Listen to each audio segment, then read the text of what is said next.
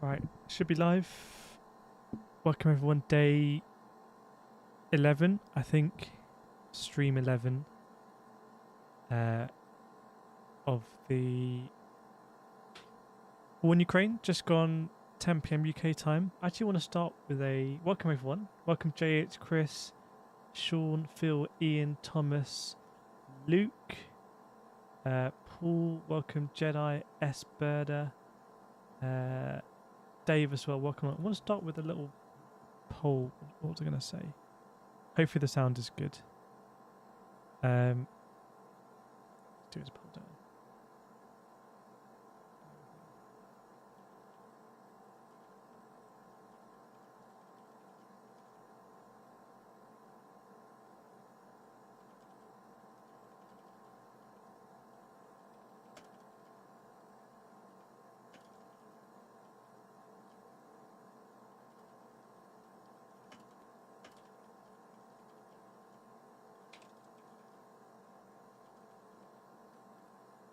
Let's see.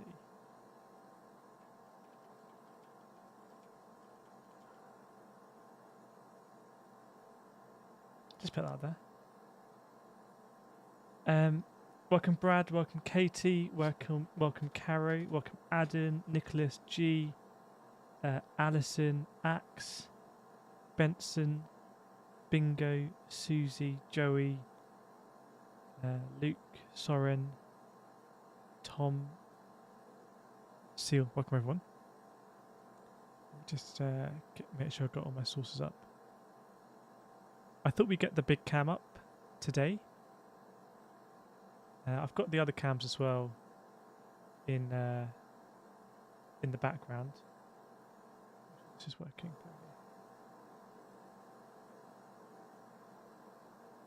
But I thought we'd get the big cam up today. Welcome Josh, welcome Train Spotting. Train Spotting, let us know which base you're near today.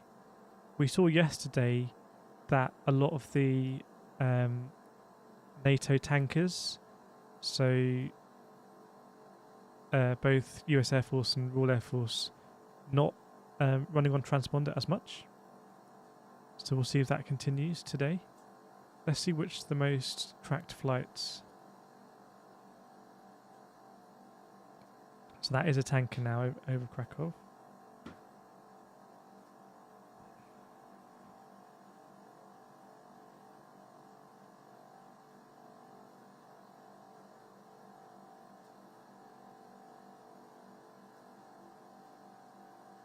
Yeah, we'll go back on one too.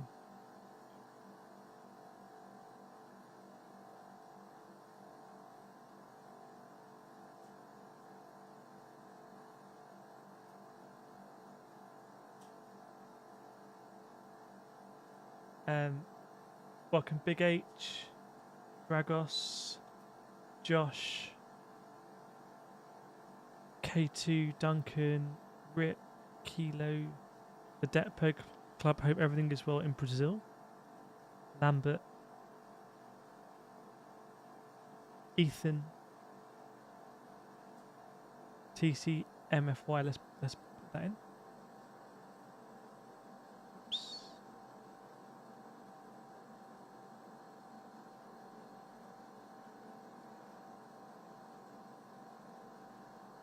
Ah, okay, we saw this one yesterday, right?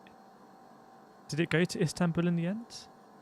Very interesting plane, this. Only a handful of planes doing this sort of flight path at the moment. Welcome, Ali. Is that how do you only have like 250 Twister? I don't really use Twister that much. Perhaps I should. Welcome, Chris. Welcome, Havard. There's one circling above the Black Sea. We'll get ADBS up in the background. Oh, Forte 12 is back up in the air. Okay. The bird is in the air. So Forte 12 back up in the Black Sea. I did have a look at ship radar or whatever it is as well, which we can get that up as well. And you can see all of the tankers that are in the Black Sea. Welcome, Kevin. Welcome, Darren.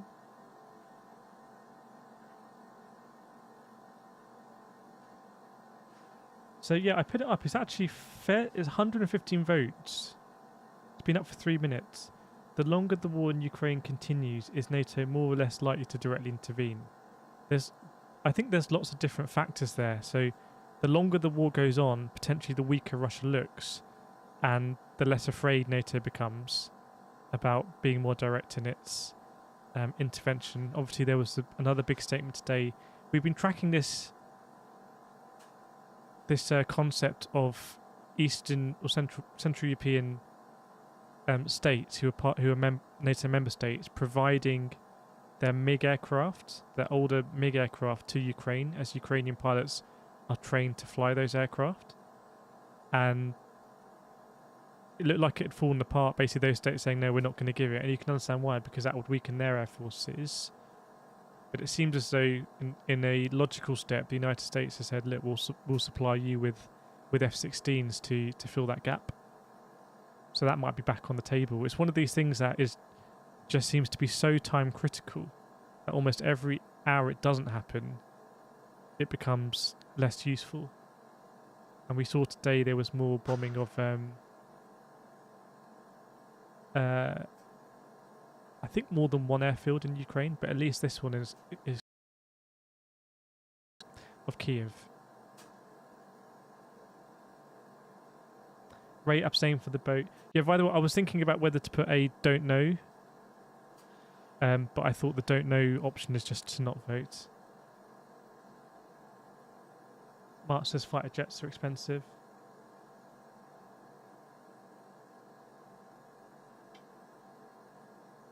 Duncan, the longer the war goes on, the less useful it is for propaganda everywhere, the less interest leaders will have in it. Let me know what was that plane in the Mediterranean. Superplane. Katie also abstained. Absolutely nothing wrong with not being sure or not. There's arguably world would be a better place if that was a view. Not sure what's going on there.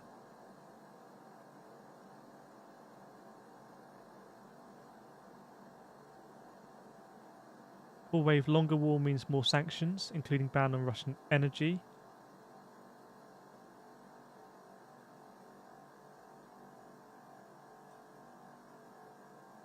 Punya, if it will help NATO, then what stops NATO now?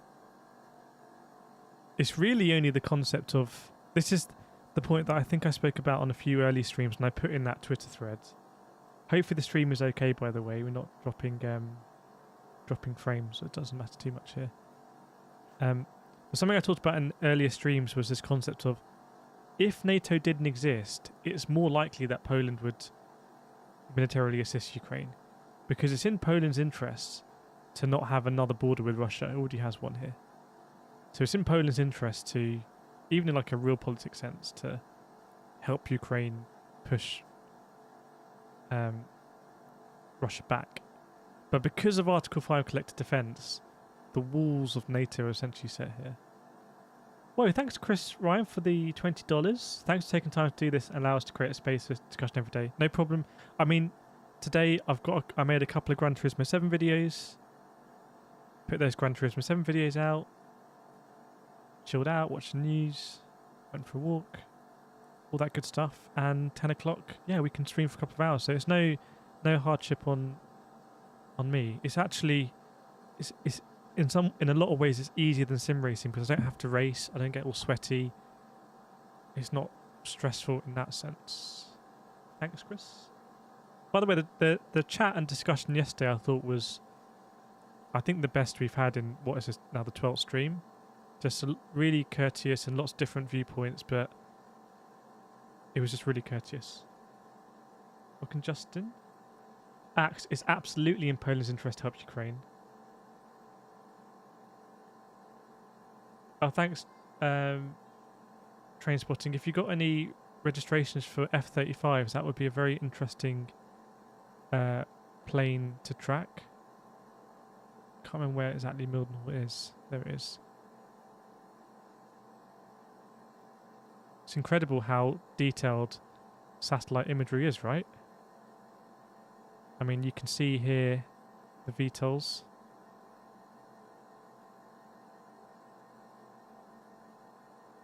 What an age we live in. Wonder if we can see anything taxiing.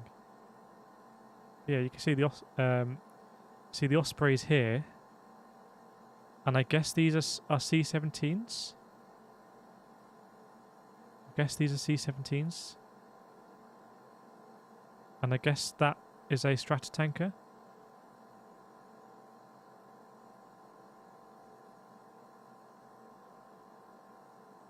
Absolutely crazy, isn't it?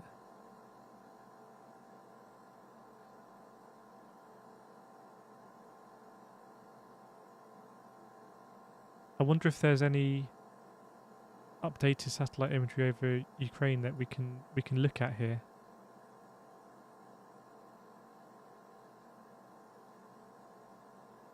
Rotaries here, and then you got fixed winged on the southern side of the runway.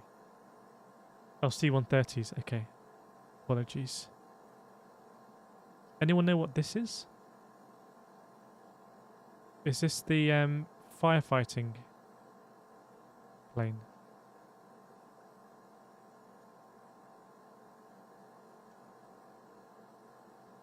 Can't see any fighter jets that were out in the open this day. C-130J Hercules, okay.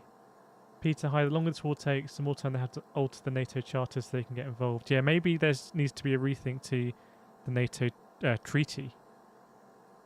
Firefighting, okay. Well, I got the C-17 wrong, but maybe I got that right. Should we see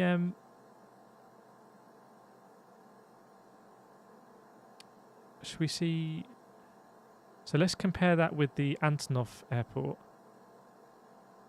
where there's been incredible fighting at Hostomel. You can see just infrastructure-wise how it's so much smaller than RAF Mildenhall, right?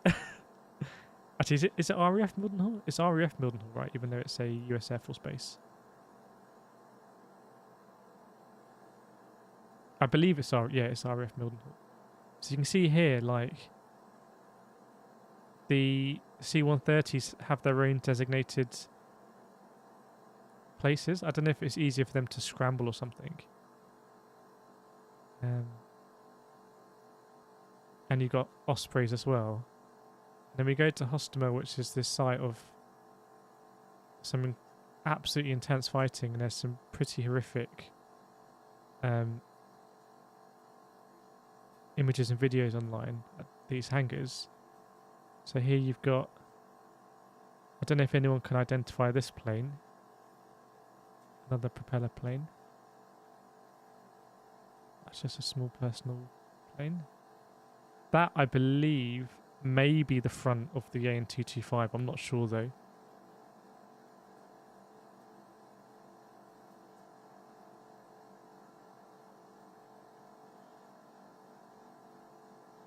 Duncan, you have to wonder how politicians who can conscience the bombing in Yemen can also be serious in their capacity for Ukraine. Again, it's if your point is that there are these atrocities up in other places in the world, it doesn't necessarily mean that what's going on in Ukraine isn't wrong. I can't make that point very well. Maybe there needs to be a rethink and about previous either. The concept of there being a world policeman, which is the rules-based order post the Soviet Union, was you had the international framework of the United Nations and other institutions that gave legitimacy to actions.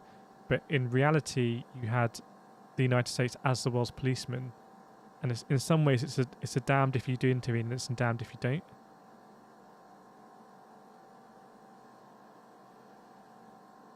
Says, oh, that's not the Antonov. It extends to much longer the length of the hangar. Okay, the photos I saw, I thought it was all inside the hangar and the hangar had been destroyed, but I may have been wrong. Suzy, can you watch Flight 24 nowadays? I've got, yeah, we're on the paid version here. We paid for Flight 24. It seems to load a lot quicker. And I've got different maps. So I'm not sure this is the default map. a second. Yes, this is a hybrid map.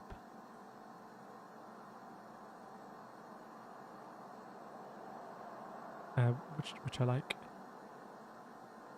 You can see here map data here 2022, but I think that's not the satellite imagery.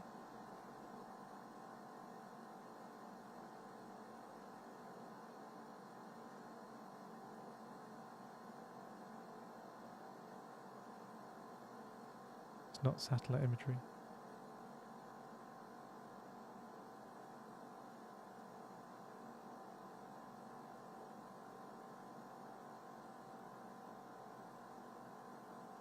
So you can see here, this is the dome in Independence Square. And this is the monument here. Recon intelligence version, I think C141, okay. Trunk, some of the international news outlets are giving Putin the win here. Realistically, there is no way Russia can lose once it surrounds the majority of forces. This map, I think, is a little bit conservative, possibly in terms of gains for Russia. This is the latest map from the Institute of the Study of War. There are other maps like Chinese maps, Russian maps. You can see here that Chernihiv is going to be surrounded. Kyiv isn't, by pretty much all accounts, isn't actually surrounded yet, and that's something that I thought would happen much closer in the war, much earlier in the war, and I was very badly wrong on that. It looks like they also haven't connected Russia hasn't connected their northern and their sort of southern fronts yet. Yeah, Forte 12 is still in the Black Sea.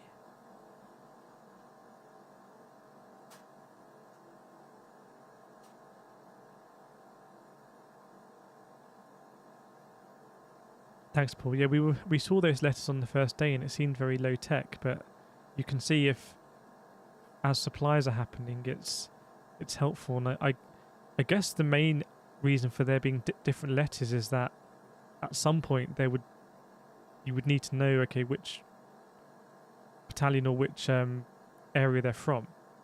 But at the moment, there doesn't seem to be much crossover yet. See, this camera is, I believe this camera is live. You can see a car here. Random, it's not a NATO violation to fly spy planes over Russian Ukraine. It's not a NATO violation to do, under the treaty, well, actually the treaty is much bigger than Article 5, but if a NATO plane was shot down by Russia, irrespective of where it is, there may be a NATO 5 argument. I don't know where Gary Powers was shot down. Don't know if anyone knows where Gary Powers' U2 was shot down.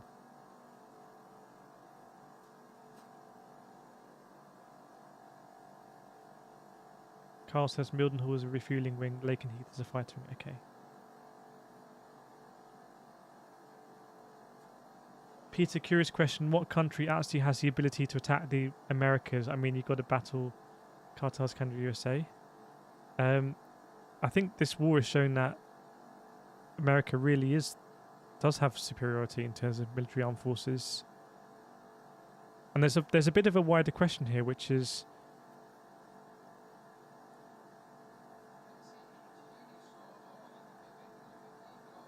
if you accept that America has stronger conventional forces than Russia, and I think even maybe Putin spoke about that in his statement on the war, is that a basis of the international rules-based order and liberal democracies having stronger economies and therefore able to fund their armies better and have better technological advances? And therefore, if you have a political system that is not a liberal democracy, then you will not be able to fund your army as well. You won't have the same technological developments. Maybe the Air Force is a great example of that in terms of generations of fighters. And really, there is a sort of economic war being waged here, and the West, the inverted commas West, is saying, well, if you don't want to play by the rules-based order, i.e. recognise the sovereignty of nations, then you're not in the playground in terms of the economic benefits. And I think it was today that Putin said the economic sanctions might be, he's saying, well, that may be that may be tantamount to getting involved in the war.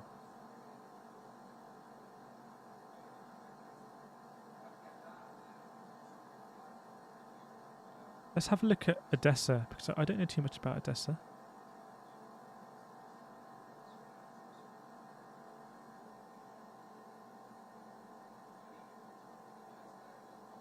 All I can say is that, again, I don't know too much about Odessa. I'm not a military strategy expert. But given that Russia seems to have really struggled to be effective with its paratroopers, like we saw the footage of the paratrooper assault on this airbase here, which doesn't seem to have been wholly successful.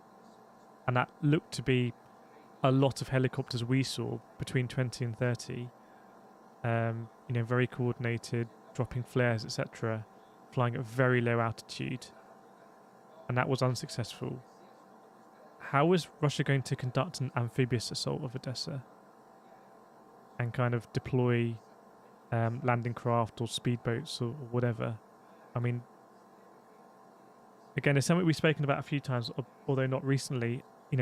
Does the political system in Russia mean that, there isn't enough criticism of the operational effectiveness of the Russian armed forces? And maybe they think the armed forces have better effectiveness than they actually do? Because it's interesting that Odessa hasn't been attacked yet, or invaded amphibiously.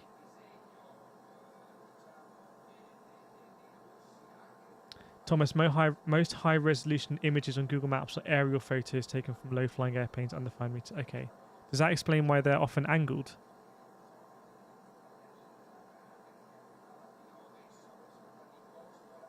Enhance.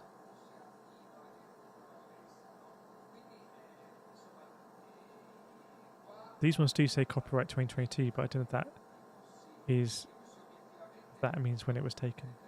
Welcome, Ray. Trunks, maybe just cut off Odessa on the sea and the land. That would be my strategy.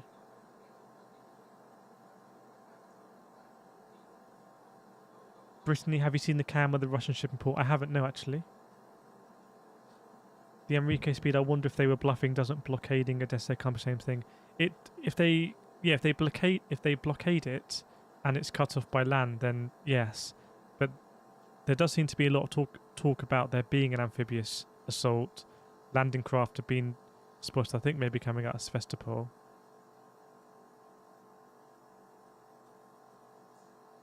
Yeah, I saw that Techne.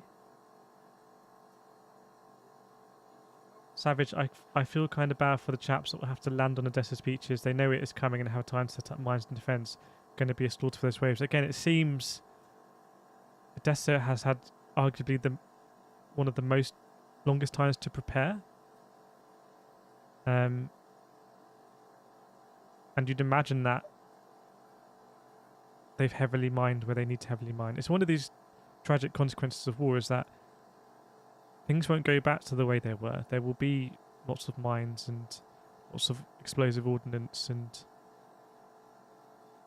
for families that may have, part of their routine may have been walking down the coast every day. Things might not be able to go back that way, irrespective of who, inverted commas, wins the war.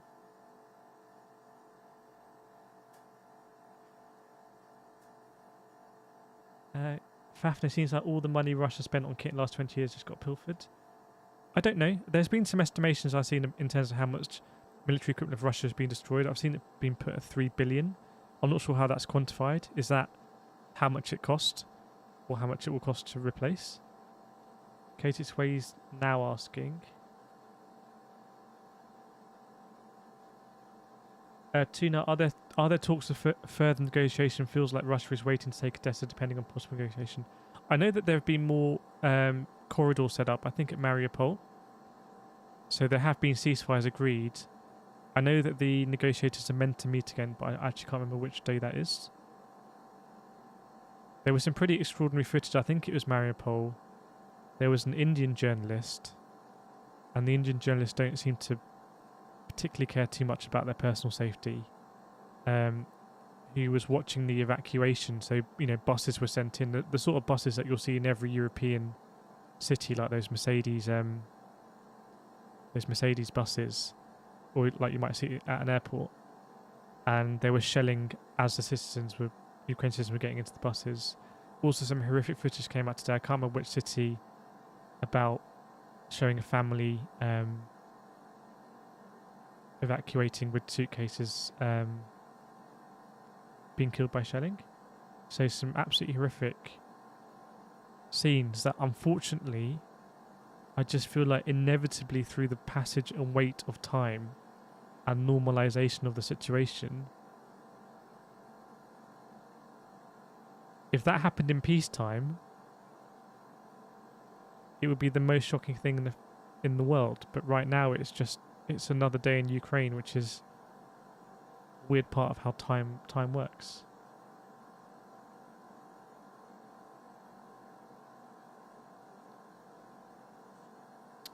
Well, but you've got to understand Russia's a problem that the West is spying on them from airspace outside Ukraine. Yeah, so again, the lines are really blurred, right, between what is assistance. Again, I don't think a war has been officially declared. Russia have not called it a war. In fact, if you call it a war in Russia, I think you're at risk of being jailed for 15 years. But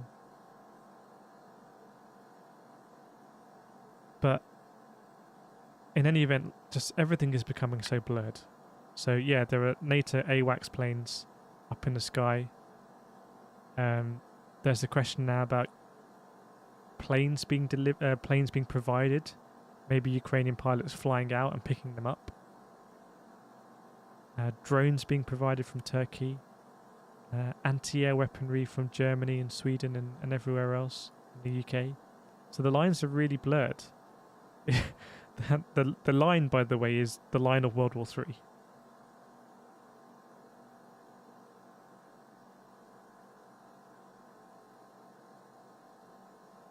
Mark, I think Russia will surround them and then ask Ukrainians to surrender if they develop the city. I think that's what happened in Kherson. I understand that's what happened in Kherson, where it's kind of weird seeing these football stadiums in every Ukrainian city. The Russian commander in this region met with the mayor and I think essentially gave that sort of ultimatum to the mayor, and the mayor then spoke to his citizens and said, please don't resist.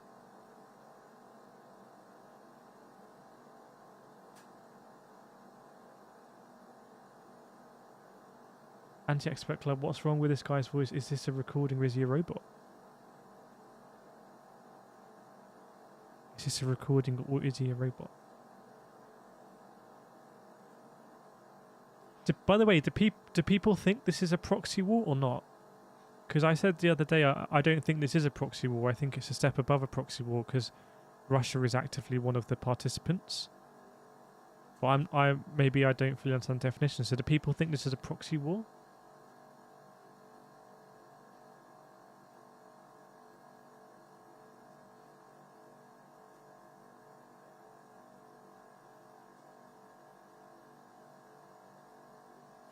Flambingo says no.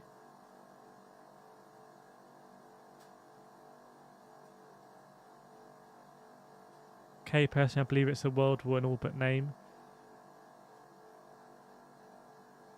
Ty, it was a proxy war. It was a proxy war until Russia invaded, yeah.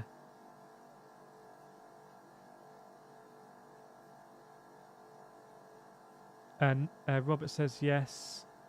Archsley is closer to actual all-out war. You're right. What does proxy war mean? Proxy war is sort of the traditional name given to conflicts in the Cold War where neither Russia or the United States would be directly involved, but they would support other sides. So if one being Vietnam, I think Korea being another. When the Soviets invaded Afghanistan, you can say the same thing. But the world has changed. Robert says yes. Tuna, it's definitely a proxy something. It's a proxy on the side of NATO, right? I guess. Nicholas says both. Chris knows the real world. Jedi says proxy war. Yeah, Limapas is a proxy war for the West.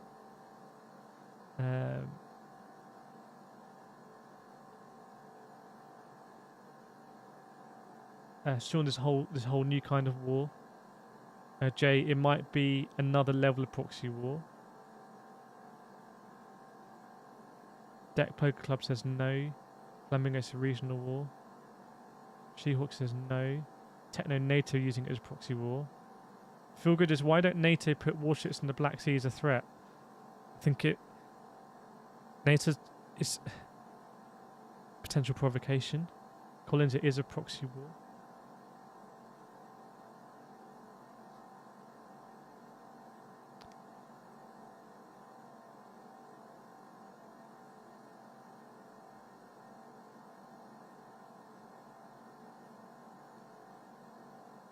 That's right. So they were very bad examples, Korea and Vietnam. I think Korea was one where, I may be getting this wrong, but the Russians were meant to provide planes to Korea and they just provided planes and pilots.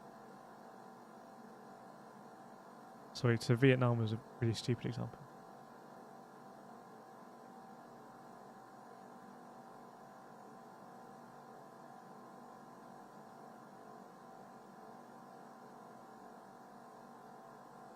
MPR not of the opinion that it's proxy will we start supplying jets or actual Boeing runs by NATO? Yes. So okay, that's interesting. If we start supplying jets, then yes. Looks like a couple of Eurofighters here.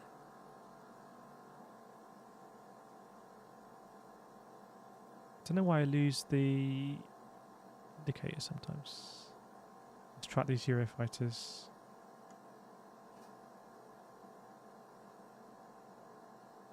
Even though the icon's going up, these planes will be going back to possibly Cyprus. Yeah.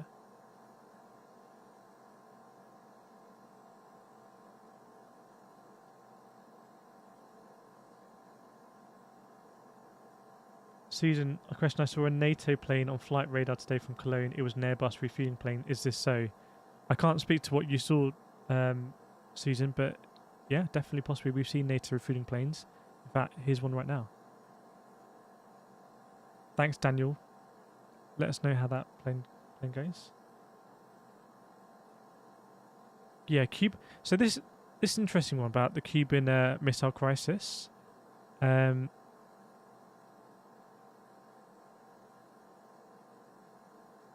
do I put this?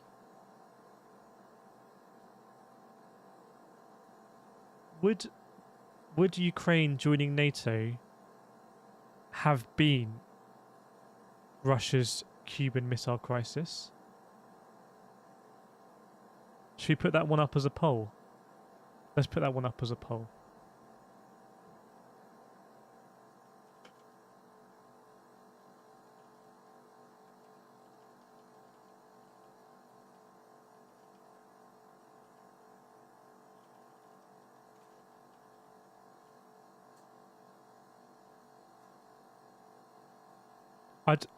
The Cuban Missile Crisis, by the way, is something that I have never studied.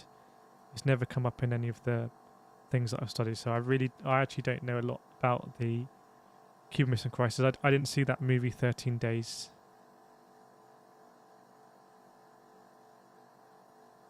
So I personally can't speak too much about it. But Robert says yes. Katie just says love Shack. Sonia says yes. Daniel says yes. Sonia says yes twice. Dave says yes. Whiskey says yes. Ty, the people who want NATO to get involved are insane. It would directly lead to nukes being dropped on all. If you're in Ukraine, though, does it matter? Does it matter in Ukraine if you escalate the risk of a global nuclear war? If your entire country is at risk and your citizens are already dying? Ray, isn't Poland Russia's Cuban Missile Crisis? I don't know. Poland is not. It's not as close. You know, if you exclude Kaliningrad.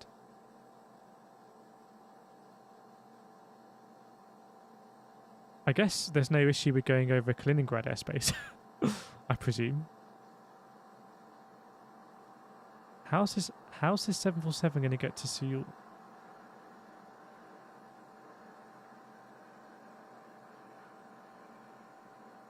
My issue with that is that NATO is an opt-in alliance by democratic nations.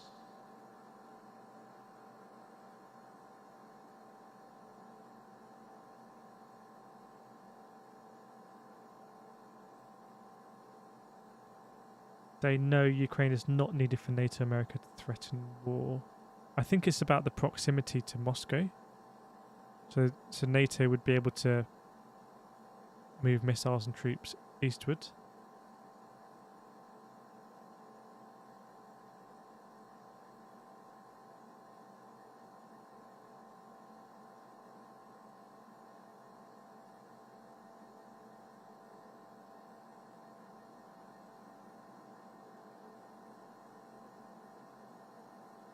Bring up Typhoon in single mode and click 3D mode in the menu.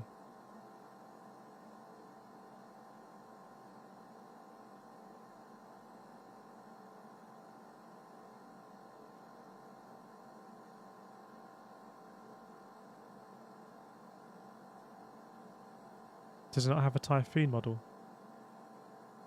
That's pretty sick though. Thanks for letting me know about that. Is this the Voyager? Is that the Typhoon?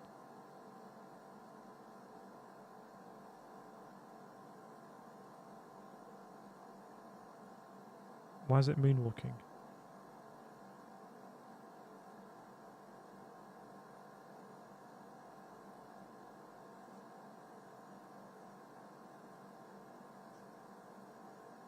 Should we fly it?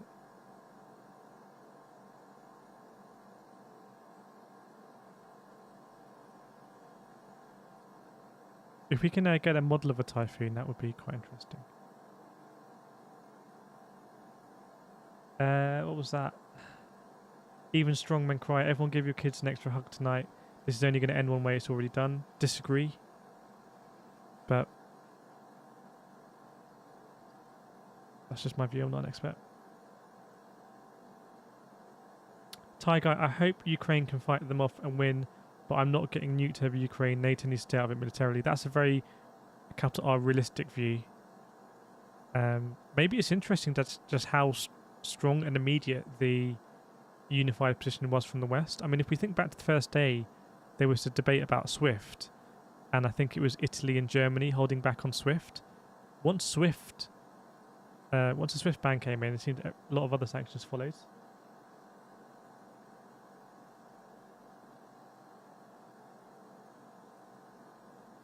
Yeah, thanks, Otto. Dylan, if looking only at the military aspect, Ukraine is a border defense problem for Russia.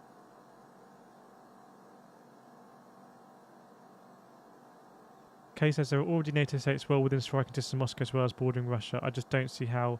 Yeah, it's different to have like Estonia and Latvonia. Just combined Latvia and Lithuania.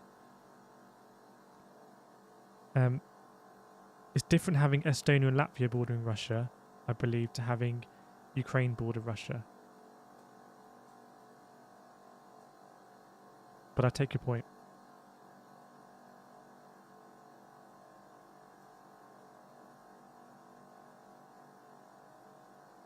Like, what if Russia was a NATO member and still invaded Ukraine? Would the rest of the NATO countries still... It's an interesting question that if in a alternate history Russia had post-Soviet Union collapse joined NATO, then and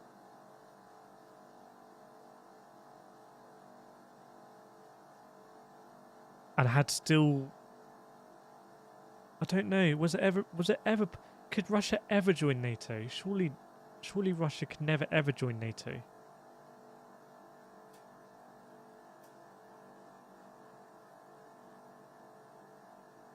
Latvonia. I mean, obviously there's been lots of wars in this area going through history. A lot of wars between Poland and Lithuania, for example.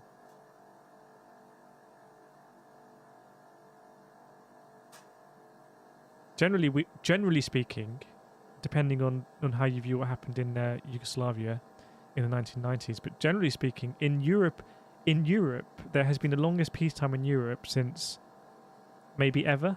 I don't know. Someone knows that either which way.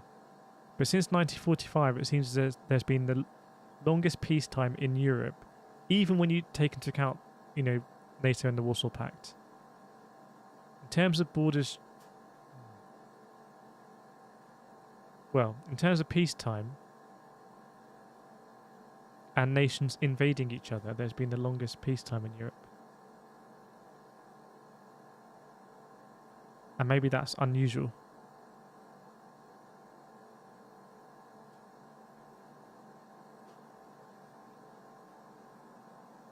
Mohammed said there was no need for NATO since the Soviet Union collapsed.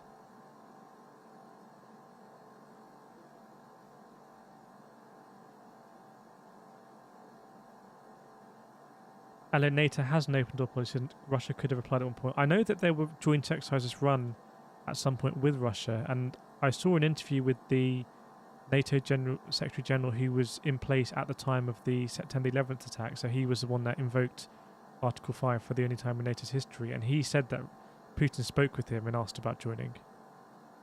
But apparently Putin didn't want to wait in line behind other countries.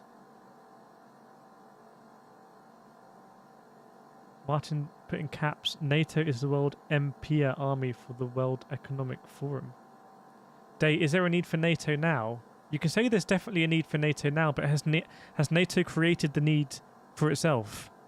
If NATO didn't exist, then one of these provocations that Russia is using as a alleged pretext, or a supposed pretext in terms of eastward NATO expansion, wouldn't exist. But are there other reasons? And therefore, if NATO didn't exist, then this possibly would have happened earlier or would happen anyway. Thanks, Dead Nobody. Can we track multiple... No, we're on this... on this plane here.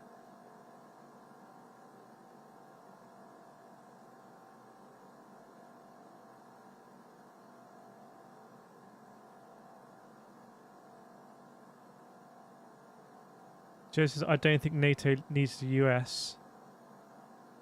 Okay, that's interesting. What about NATO without the United States?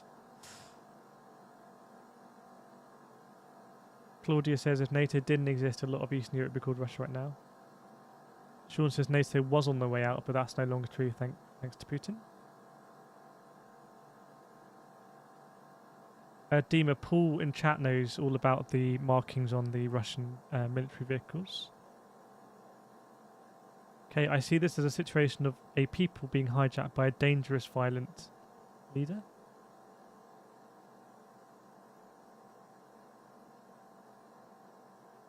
Daniel, didn't NATO make a deal with the USSR to dissolve if the Warsaw Pact was dismantled to collapse the USSR? I've read that. I don't know for sure. Archer says, I think this happens with or without NATO. Mohammed, since the Soviet Union collapsed, the West should have made a more stronger effort to put Russia and the other Soviet states into their sphere of influence rather than alienating them. Possibly, although from Putin's speech it seems to indicate that that projection of Western soft power into Russia was again provocation, and I think he used the word euphoric, kind of that euphoric expansion, that gleeful expansion at the expense of Russian pride. Russia just wants to stop NATO from taking over former USSRs and turn them to vassal states that were used to station nukes against Russia. Ukraine was clearly working on developing use. I don't know about that, but Ukraine obviously has nuclear reactors.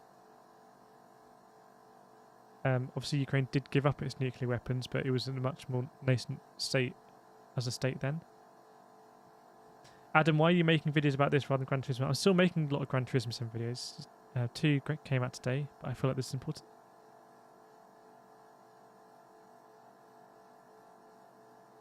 Akraga says, if NATO should have been dismantled in 1991 when the Soviet Union collapsed.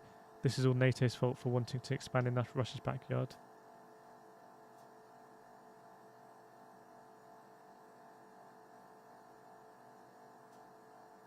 I don't know. If the fact that NATO exists as a collective defensive pact, if you view it that way, and that is the context we view it. So if you view it as a collective defensive pact, if the fact that collective defensive pact exists is such a provocation to Russia, then maybe that indicates why that collective pact should exist. I don't know if I made that point I was trying to make there. It's like, let's say you live in a state, or let's say you live in the village and there's a policeman, if you're so anti that policeman existing in your village, if you're like, we don't want police, if you're so anti the police in that village, maybe that's the reason why there should be a policeman in the village. I'm trying to really unravel what is undoubtedly a lot of doublethink and these incredible contradictions that are really hard to directly refute and unpick.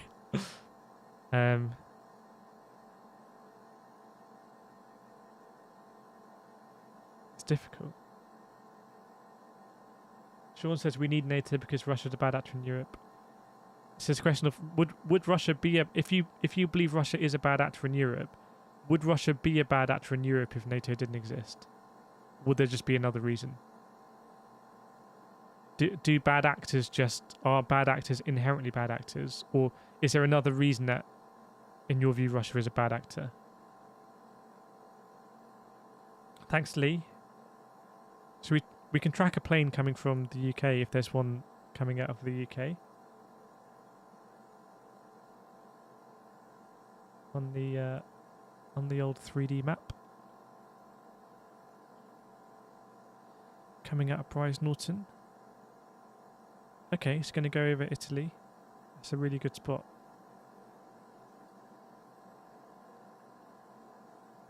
So this is a C-130J. Don't be alarmed at the propellers not spinning.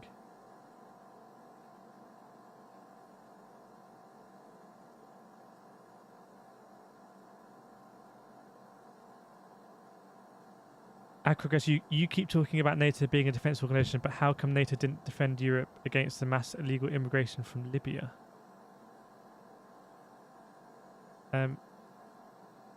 Article 5... Well, okay. This isn't really...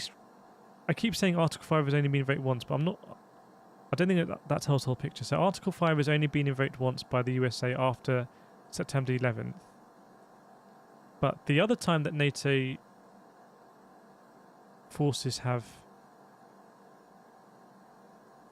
been used military in that sense was Kosovo.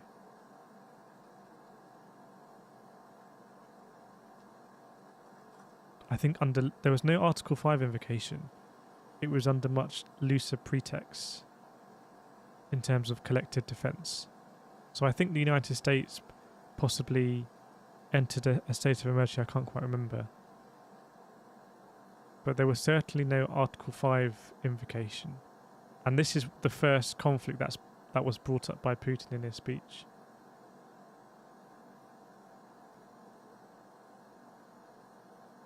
Boom, is the US sitting on the fence watching? The US is not sitting on the fence watching. If you want to know countries that are sitting on the fence, then China and India are sitting on the fence. In my view. Now, like, what does Russia fear about the West? Maybe, I don't know, ultimate regime change or something, I'm not sure. Robert shouts, what plane is that? It says it here, it's a C-130J Hercules.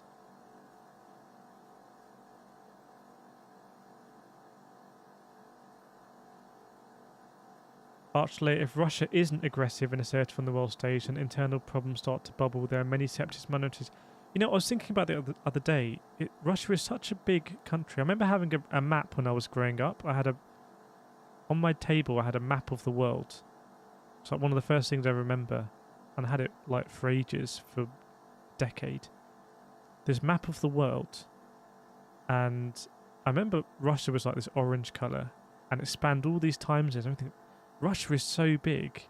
And this is slightly distorted by the fact that we're putting a globe onto a two-dimensional map. But Russia is such a big country, bordering Japan, North Korea, China, Mongolia, Kazakhstan, Finland, and then Europe. So many different ethnicities, cultural values when we talk about tribal values. And maybe it's the uniting against a common enemy is what unites people across Russia. I don't know. Is there any basis for that? But how do you prevent how do you keep any separatist movements in check? It's interesting for Russia that they have,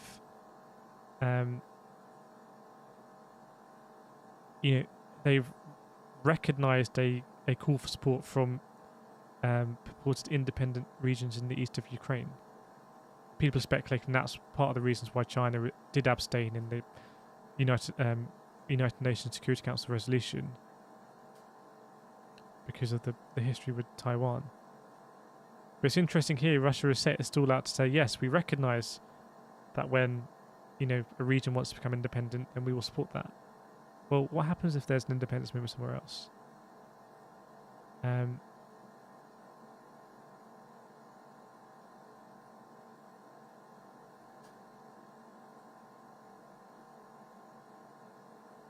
Same with China in, where is it, in Tibet. Obviously, that can be overcome with double speak and double think.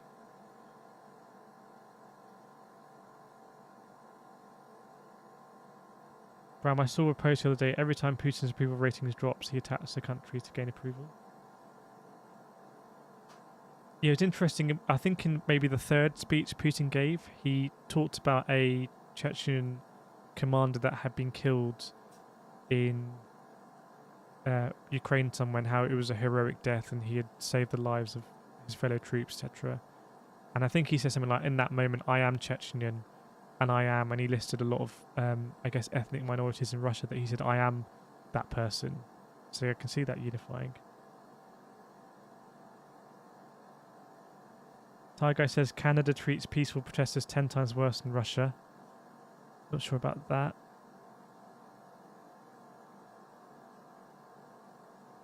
Jay, you have Western info, Russian info, and then Putin has his own info that's not being pushed, seems to be isolated for purpose. Someone says 11% of the world's landmass is Russian. That's true, yeah. It would be interesting to see this map kind of scaled for population. It's another interesting point that I've seen made about the vote in the United Nations. So with the vote in the United Nations General Assembly condemning the Russian invasion,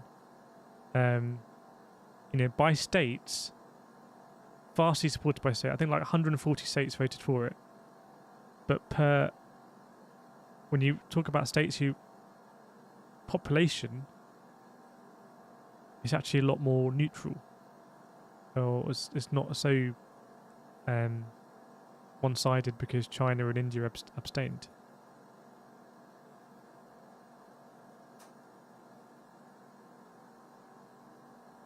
Emirates, hey, didn't Putin announce that the West imposes sanctions on Russia after war? He says something like that.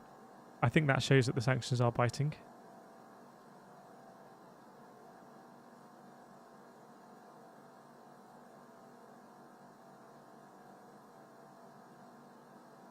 Mohammed, I think the main problem so far with Russia's military operation so far is that their military for this past decade has been focused and built for counterinsurgency rather than conventional war. Perhaps.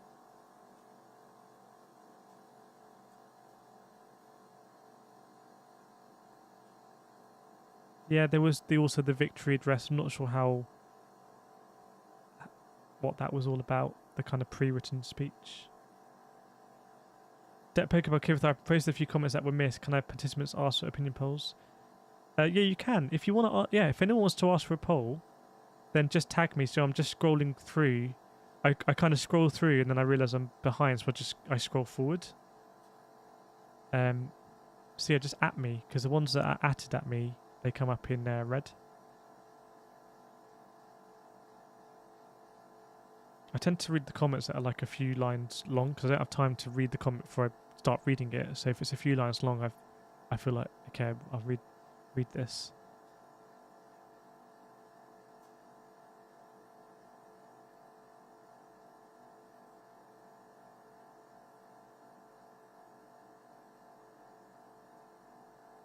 Ren, if NATO is a military threat to Russia, it would only be fair to dismantle it if Russia also agreed to lower its military presence. But can you address... That is a really good point, Ren, actually. That is a really good point. Something that I don't think is being talked about. Obviously, it happened in a nuclear sense, and there's lots... I can't remember the names of the treaties, but there's lots of nuclear de-escalation treaties. But no one has seriously proposed a de-escalation of military arms. In fact, the opposite is happening. There are a lot of military arms being sent into Ukraine. It's escalation, escalation, escalation. The only thing I've seen that hasn't been directly escalatory is when the United States actively didn't increase its nuclear readiness level, didn't increase its DEFCON level in response to Russia doing that. That was a very, I thought, a very clear de-escalatory move. But no one is talking about, okay, hang on, how can we de-escalate this? Can we take weapons out of the area? But then how do you really negotiate with... And that seems to me to indicate that the West doesn't really believe Putin's motives here. Aqua guess the sanctions will hurt the EU countries than Russia itself. I don't think they hurt the EU more than Russia.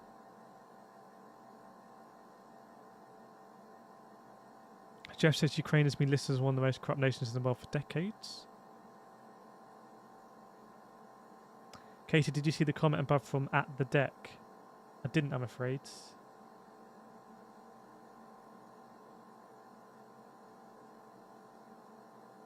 Okay, I don't think any major leadership in the West wants to invade or be responsible for managing Russia. I think we want Russia governed by an actual democratic government. I think this is the thing, is that most of the world, and not all of the world, but most of the world seems to be relatively happy in a geopolitics sense, living under the international rules-based framework. It means that your sovereignty is respected most of the time. And although it's not imposed, your sovereignty is more respected if you have a democratic kind of apparatus and free and fair elections. When's the last time a country was invaded? When's the last time a country that was invaded that would objectively be seen as having free and fair elections? i.e. not... When's the last time a country was invaded and didn't have what could be termed a dictator or authoritarian leader? And it seems to be that Russia's view is that almost just the fact that is the framework is offensive to Russian values. It is controlling.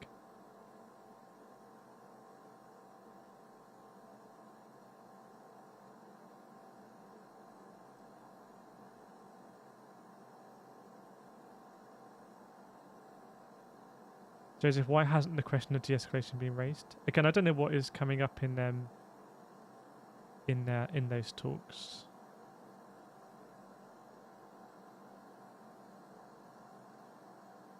Martin says the wheat is going to be seen very soon around the world.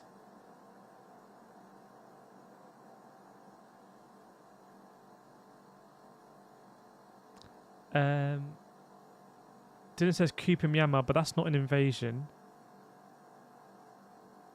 Hugo says Yemen. That is by a kingdom.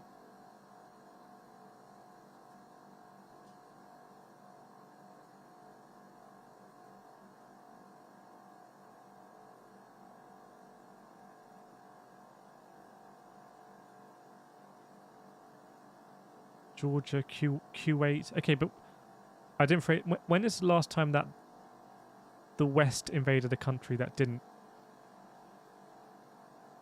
When is the last time the West invaded a country that had democratic, some level of objective democratic free and fair elections? Because it may be that there is just a cynicism that is a Western political system. And if you look at who the allies of Moscow have been in terms of voting on resolutions, it's been North Korea, it's been Syria, it's been Eritrea, it's been Belarus. Depot Club, do you think a nuclear situation is totally impossible? I kind of don't want to put that in the poll. I think that's just a bit inflammatory. We talked a lot about nuclear situation yesterday because of the attack around the power plant, but I think it's unlikely. Martin says Serbia, Moses Vietnam, Afghanistan, UK and Argentina war. That's an interesting one.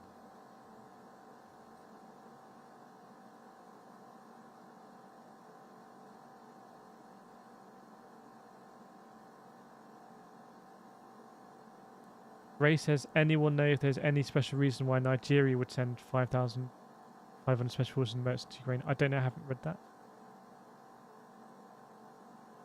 Tiger says Russian protesters aren't being shot and jailed for years. Stop making things up.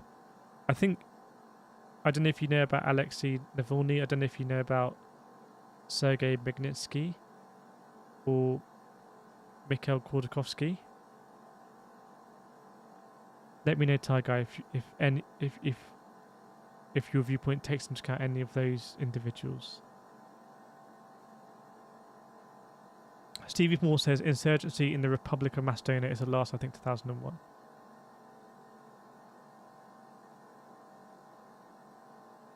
JTNA says Japan.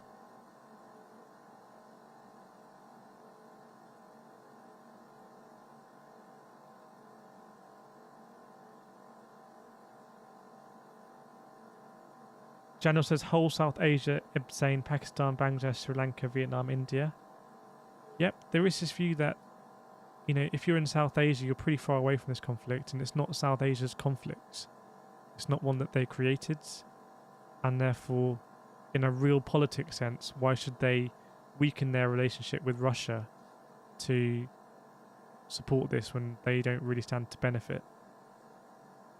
So I think they're playing their cards, they're keeping their cards close to their chest. Thanks, Dead Nobody.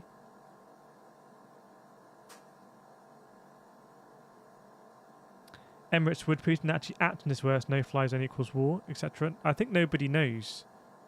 But I can't see a no-fly zone being enacted. Again, I said on the very first stream that the window had passed as soon as the invasion started.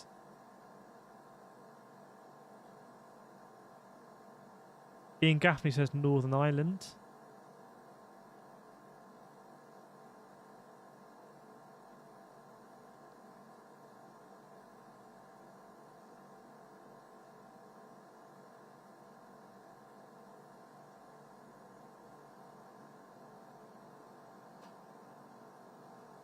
Sorry, Tiger, I didn't see your response to my question. I missed it.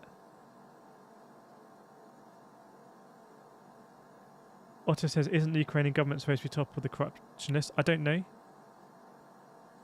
But if Ukraine is at the top of the corruption list, what is your view about whether Ukraine should have been invaded or not?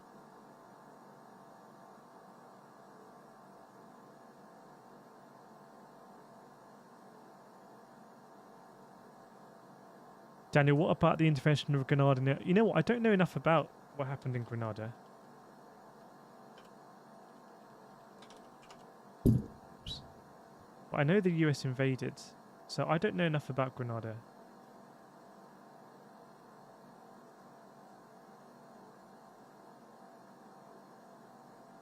Do we have any Grenada experts in?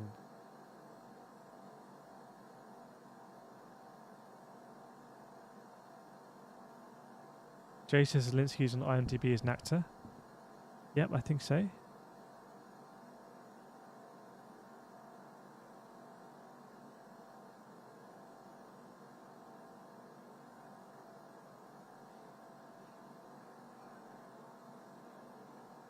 Lorraine says China will not go along with Putin unless China's into money, not war.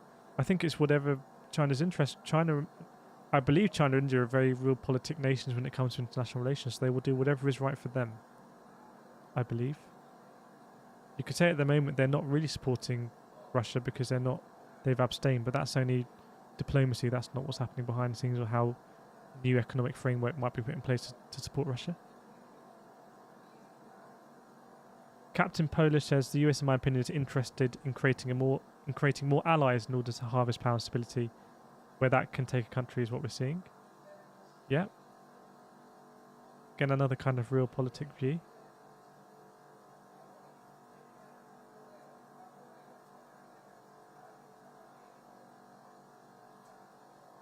Thanks, Ted. No, but I haven't read that actually.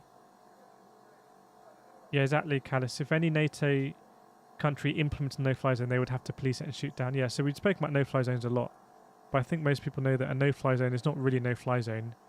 A no-fly zone enacted by NATO means that NATO fighter jets would shoot down any Russian fighter jets or bombers that entered Ukrainian airspace. Techno, I think he's increasingly testing what he can get away with. Joseph, question, who is guaranteed to benefit from this other than the Russian Federation? Well, in Putin's speech, he purported to be standing up for other countries that are not the United States. He basically said, if you're not the United States, even in the West, you are just doing the United States bidding. And we're not going to we're not going to do the United States bidding. But I'm not sure that stands up, because most Western countries are quite happy living under a framework where the United States is the world's policeman. And you got to remember that, you know, even taking into account Iraq, Libya, Afghanistan, Syria, the idea of a hegemony and having one superpower and there being a world's policeman is only a theory that has existed for about 30 years. And you know, there's not enough time to kind of learn from that and think, okay, well, how interventionist should that policeman be? What tools are there to kind of what other tools can it use? Is it being the world's policeman in terms of basically trying to spread democracy across the globe? If so, is that a bad thing? Can that be a bad thing? Maybe in other contexts that is a bad thing. Therefore, is it incompatible or not?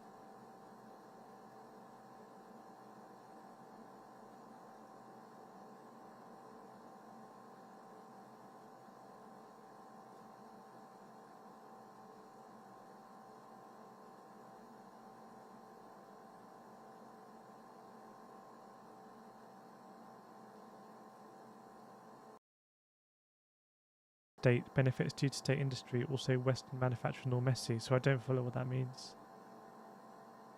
Hugo says no-fly zones declaration on the wall. Yeah, possibly.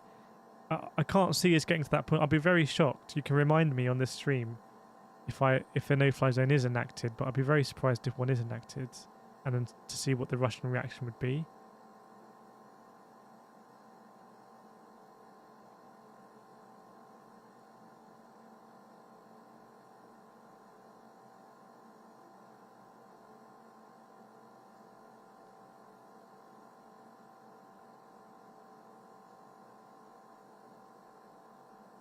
Mohammed says it's clear that NATO are trying their hardest not to get involved. Yeah, at least directly. And it does seem to be a united front. There's not one NATO member that's really publicly kind of pushing for more support. You think countries like Poland and Romania would really be incentivized to push for that support because they don't want to be next to an occupied Ukraine or potentially even kind of an extension of Russia on their borders. At the moment, Ukraine is a buffer state for that.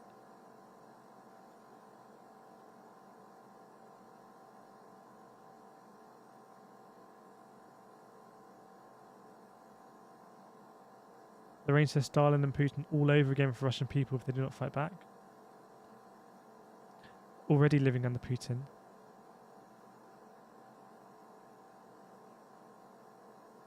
Thanks, Alec. Should we track Forte 12 on this map? Because Forte 12 is back up in the air, isn't it?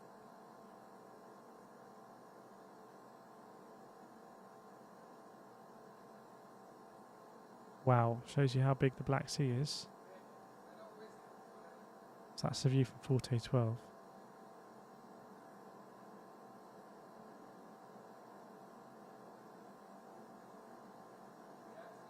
Must be going into... Actually, there is an airport here, isn't there? Don't know what altitude it's at. Okay, it's landed, hasn't it? Yeah, it's landed.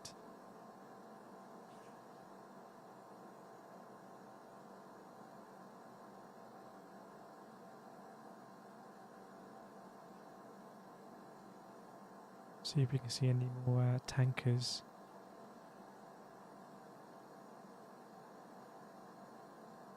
See what's most searched.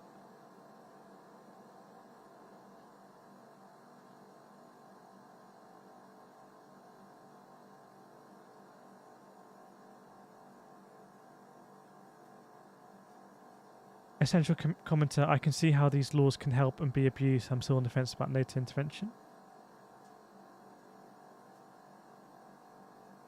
Look up test for A, okay. Lone Wanderer's Bunker. I just don't understand what Putin has to gain from this. I mean, I heard about issues in that area for a while now, but I don't think much of it. I'm shocked this happened. Is this your first time on this stream? The Lone Wanderer's Bunker. It's always interesting to get kind of someone's viewpoint there.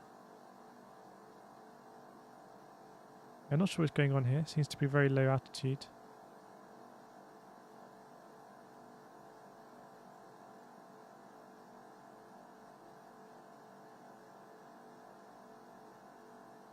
LHGS, I wonder how many Russians really know what is going on. Don't know. Superbike Tour, I think a lot of soft power from Klitschko brothers, Lomachenko and Usyk has helped Ukraine get European youth sport. I agree. If it wasn't for those 4 boxes, I think that the Ukrainian projection may be much less. Obviously, Ukraine did fairly well at the European Championships, maybe. Football as well. Hosted it, I think, in 2008 with Poland. DJ, the man with the beard, do you think Sweden and Finland are in danger of being invaded by Russia? I don't think so, but obviously Finland's not in NATO, so you know what would happen if I think there were lots of joint treaties between Finland and Sweden. But what would happen if Russia did invade Finland? Obviously, there's a lot of history with Russia having not really successfully invaded Finland before, so I think that'd be unlikely to happen. Lorraine says, for the past several hours, I've not seen any airplanes over Ukraine. Joseph Ash, so thank you, Kira. Since it started 11 days ago, this stream has been absolutely most informative that you must do. Thanks, Joseph. It's not really down to me, it's down to chat, I think. But yeah, 689 people watching. Maybe it's that time with the stream. It is 11:11. We just lost one of these planes. So again, why don't we, if you want to, you can let us know where in the world you're watching from.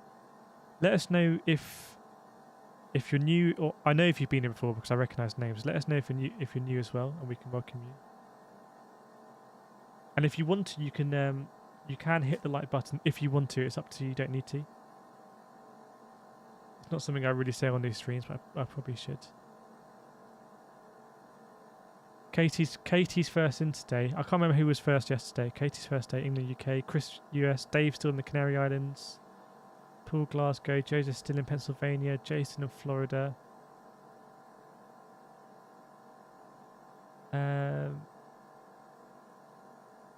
Techno Wells, Gil, Portugal. Helena, Netherlands. TK, UK. Jasper, Netherlands. Ian, England. Ray, welcome Ray. Ray, Miami. Stevie, UK. We know the deck poker clubs in Brazil. Grimsby's from Grimsby. Daniel Gomez, Trinidad. Mark D, Wales. Chris, Edinburgh. Paul Wave is in Poland. John A's England. Thanks for that, Claudia. Pulitzer, Scotland. So Crouch says Netherlands. Boom from Leicester. DJ's from Manchester. Aaron from Florida. Lorraine, Texas. Essential Commanders, New. John, North Carolina. Kevin, UK. Havard, Norway. Philly is now at Boca Grande in Florida. Tom Haskell from Holland. Welcome, Tom. Nosamada from Ireland. Janil's from India. KDL's from UK. Venetus. Welcome back, Venetus. Yeah, Vancouver, Canada. Carlos, Essex. LH. Oh, wow. LH, Belgium. Alexis. Spicano? Actually, don't know that place. Captain Polish from New York. Claudius from Indiana, USA. Victoria's from Bristol. Jeans from Canada. Farfetch from Estonia. Dylan, UK. Encrypted Cheshire. Stevie, Newcastle. Arrigo's new from Netherlands. Welcome, Arrigo. Ian Gashy's from UK. Not okay. Andrew's from Austin, Texas. Mandy from Tennessee. Cesar from the Sun. Test Nerd Porn from Philly. Oh, welcome, Test Nerd Porn. That's not correctly. Chris from Seattle. G from Belgium. Welcome, G. Seeing you every day, I think. Rad, Florida. Biget's from Denmark. Ditte's from Denmark. So Biget and Ditte both put Denmark in and at the exact same time. We've had that before with Australia. Judas, USA. Essential Commander, Texas. Catherine's from Sweden. Ren, Latvia. Kevin, Dallas. She-Hawk, Northeast USA. Fion's from Ireland. David, Czech Republic. Andrew, Portsmouth. Josh Yates from Detroit. Peter, Texas. Moore from Canada. Just listening in the background. That is an interesting thought. Lewis from Seattle. Soren from Denmark. Welcome back, Soren. Martin, Netherlands. Dustin, New Orleans. Otto, Canada. Been lurking since first stream. Best on the tube. Oh, I thought you were listening it on the tube, like the London Underground. Susie from Sweden. Jolanda still from Netherlands, welcome back to Landa. Caesar from USA. Sonia Montreal, Rick, Bulgaria. Atomic Blonde, welcome back to Atomic Blonde from Canada. Michael Zelenka, Albany. Graham Barber, Cheshire. I don't know, Alabama. Adam, Slovakia. Archer, US of A. Scott Louis, Glasgow. Susie, Spain. Oh, whoa. Mohammed Amidabi. Centralia, Albania. William from New Zealand, welcome. Olivia from Germany, Robert South Australia, Richard, New Zealand, Black, Oxford, Lance, Orange County, Goblin, Texas, JS, Delaware, Dale, Offshore, Newfoundland, Church, California, Alexis, remind me, it's Spokane, okay, thank you. Gadget is from Germany, what's going above Cyprus? Hang on, let me just... I don't know, I've been watching the last 5 days, haven't typed chat. I hope you've been enjoying the streams, they've been reassuring for you. Aftab UK. Katie, do you ever regret asking this question? I don't think so, no. It's cool to see, right? It's cool to see that there are people all over the world. Funny Tawns from Israel, Jeff from Las Vegas. East UK, Susie Spain, Aspag Berlin. Okay. Right, what's going on in Cyprus? A drone. I think we did see a drone out there. It's just chilling out here, so I'm not entirely sure. Here are these Eurofighters again. So it looks like the RAF refueling tankers are now keeping transponders off unless they're RTB or heading out. That seems to be what's happening. I may be wrong. Right, let me refresh my sources. Nightlight, do you think the West needs a common enemy to maintain between itself? That is a really great question from Nightlight. Do you think the West needs a common enemy to maintain peace between itself?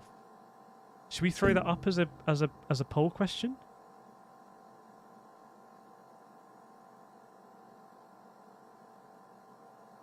So the current poll was, would Ukraine join NATO be in the Russian secure missile crisis? 65% said yes, 35% said no. It's interesting. I thought that one might be more yes.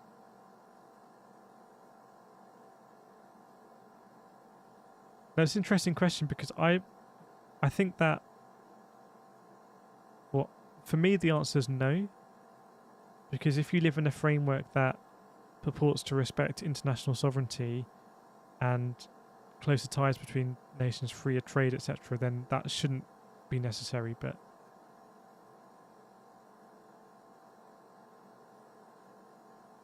yeah, more reports say that kind of Russia has re-established the supply lines in north of Kyiv, and its next couple of days it's going to try and move forwards.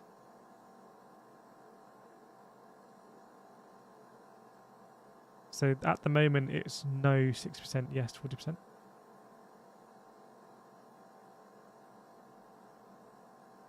Helena, yeah, I think they have gone. One thing I noticed is that they use the Stratotanker with secure sat uplink, which implies... Okay.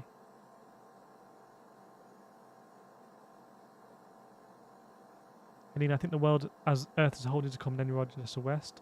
Archer, the whole world needs a common enemy, just human nature.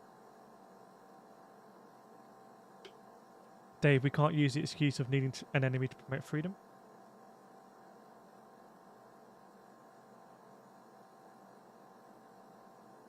JD Productions, well, to be honest, NATO and Russia per se are two of the same. They always, to a degree, need this is the enemy mentality. What does that mean for NATO? What did that mean for NATO then at the fall of the Soviet Union? Duncan, having a common enemy hasn't kept the West at peace with itself before. Dylan, I feel like we've never had a time of true peace in the West. Like even when there is a big peace such as post-World War II, we end up with unrest at home across the continent. LHDS, depends what you mean with the West. I have a feeling the USA is more wanting to show off their power than the EU, which is more protective. Captain Polish, I think you need a common focus. Could be a goal like the space race or a common enemy. It's definitely... well, let's unpick it a little bit. It's definitely united Europe, I would say. Does anyone disagree that it hasn't united Europe? Has it united the West generally?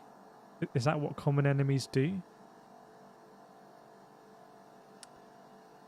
Philly Edward, what do you think would happen if we became threatened by something other than human? I bet we'd all come together, in my opinion. I agree. It's all about that hierarchy of needs, right? If there was a meteorite, I don't want to go all, what is it? What's that movie? Armageddon? I don't want to go all Armageddon, or what was the other one? Deep Impact. But if there was a massive meteorite hurtling towards the Earth right now, we would all have a very different perspective.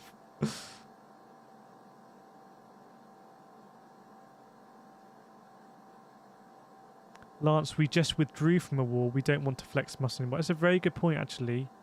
The withdrawal when the US withdrew from Afghanistan, it was seen as I don't think we've ever spoken on this stream before, but when the USA withdrew from Afghanistan, it was seen as a withdrawal from the United States as their role as a world's policeman, and they would be less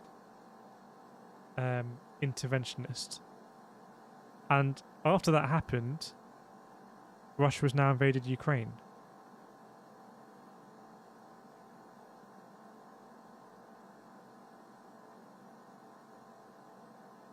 And don't look up as well, yeah. Yeah, where is the Singapore flight, by the way? Is that one of the most tracked? Wow, that is that is a 2-engined jet going to Singapore. That kind of blows my mind. There's a 2-engined jet going to Singapore.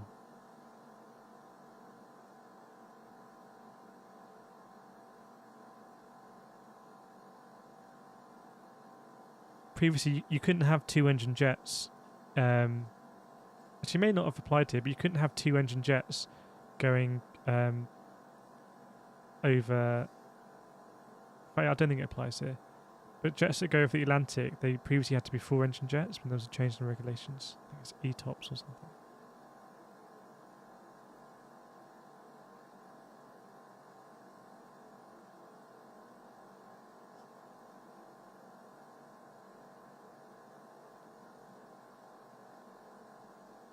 Feelgood has done it lots of times.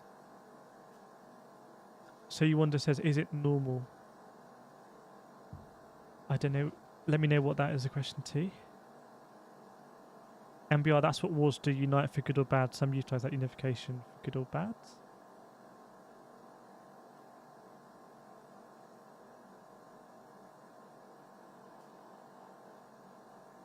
Patricia, you put such a good question to the poll. Is 61% at the moment?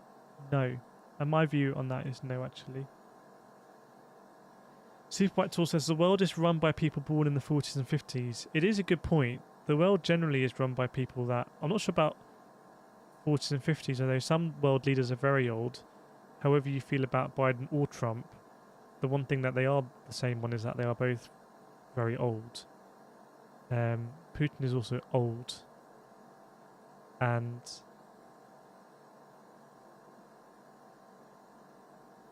these are not people that grew up in the internet age. These aren't people that grew up with computer games where you can play against people from other countries or voice chats or text chats.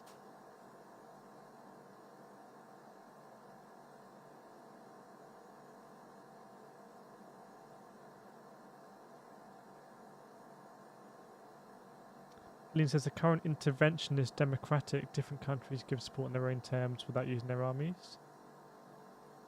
And a contrary opinion is JJ saying EU and West coming together seems to feel more like a gang mentality.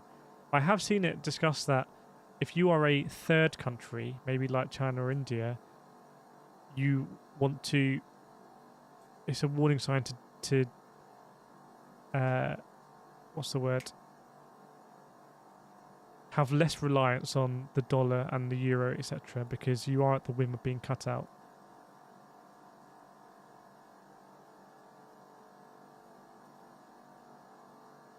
See Katie? I think Katie's been here every night, so again, hopefully you're enjoying the space.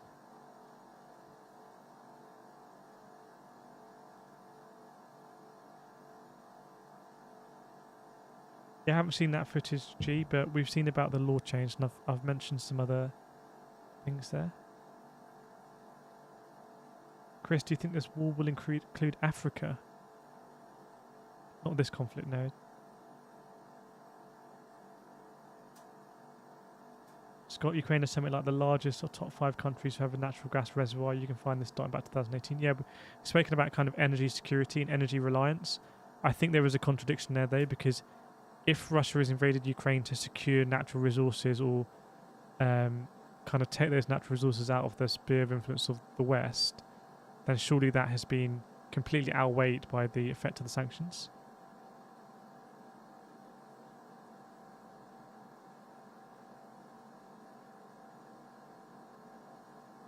Christopher, if Africa gets involved, I think it might be too. Let me know how you think Africa may get involved.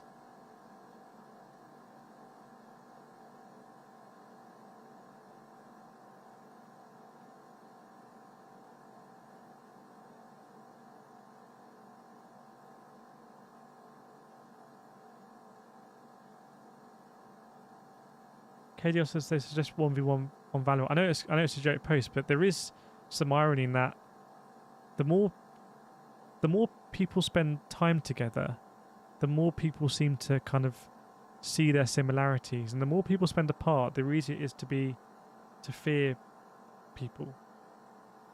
And so you see that with like Stockholm syndrome and capturers and their victims kind of bonding. And you think about Russian people playing Counter-Strike and playing against Western people, and just the fact it's going to be weird for them now, right? That or Ukrainian people playing Counter-Strike against Russian people playing Counter-Strike, it's going to be weird for them. I imagine they wouldn't be supportive of this conflict, or it would be a force against being supportive of it.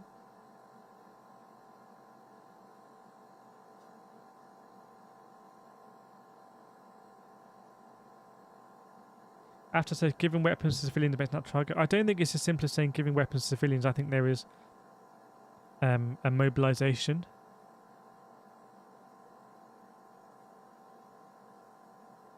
Samuel, Russia are now naming the most famous film from Toy Story, Special Operations of Peace. I see what you've done there. Touche.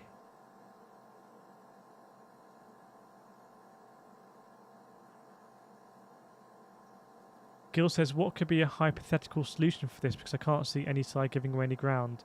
NATO won't want to demilitarize nor Russia, so what is left to see? I've said all the way through that the only kind of narrow bridge I can see to a de-escalation is that Ukraine agrees to not join NATO in some sort of declaration or signed agreement with NATO. That can always be gone back on. Ukraine agrees to recognize the independence of these regions in Donbass, Donetsk and Luhansk. Ukraine agrees to realise Russia's annexation of Crimea, and perhaps Ukraine agrees to some sort of regime change, and maybe Putin can take that back and message it. It seems like a very narrow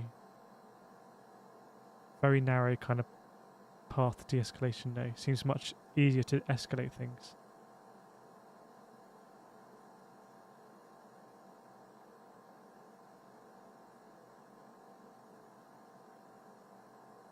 Yeah, we've seen those Eurofighters. They pop on from time to time.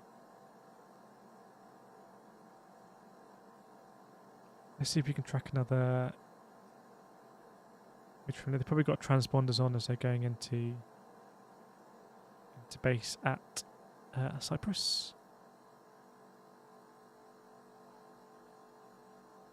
Let me know if there's a C-130 or something coming in from the UK, perhaps.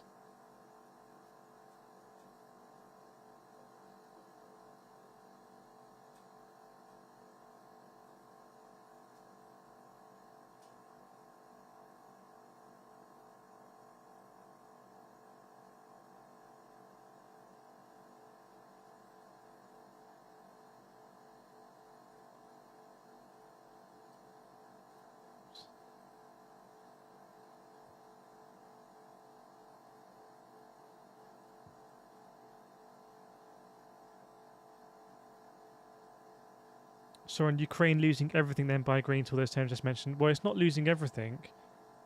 Those are big concessions. But ultimately, if that would lead to Russian troops removing, then Ukraine kind of... If you believe that Russia will ultimately prevail in this war, then Ukraine would very much gain something. Now, do we have any idea of what percentage of Russian armed forces are in Ukraine right now? I don't know. I've heard figures like the armed forces may total up to 800,000, but I'm not sure how loose that is in terms of actual kind of frontline soldiers, or reservists or people in other roles. And I understand that Russia had of that kind of deployed about 200,000 around Ukraine, and of that 200,000, the vast majority now in Ukraine. That's what I've read.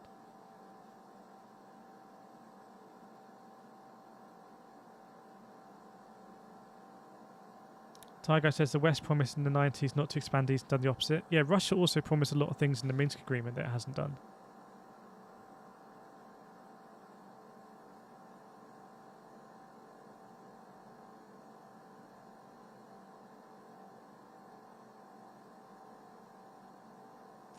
Cameron, do you think it's good to encourage civilians to fight? I mean, a lot of the encouraging civilians to fight, I think, will be a message to Russia that, hey, we're not going to, Ukrainian civilians don't want to welcome you.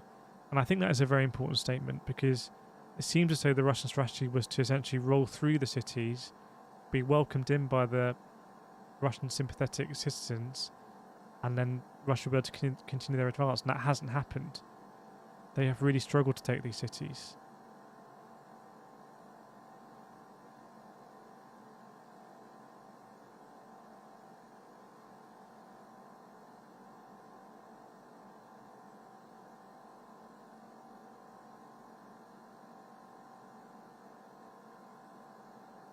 I'm not sure the S4000 is a failure ship at all. I don't know enough, but it's again the changing face of war that you have the TB2 Turkish drones that evade conventional anti-air defences, perhaps because they're smaller or made of different material.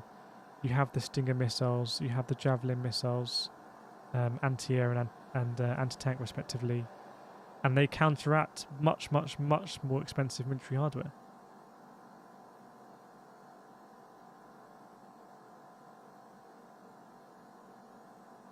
Depot Club says Putin went back down, Ukraine went back down, the West will try to remain passive as long as they can. However, the end result is unfortunately armed conflict between Russia and Russia. I'm not sure about that. I think NATO has shown that it would tolerate Russia occupying Ukraine in a very realistic sense.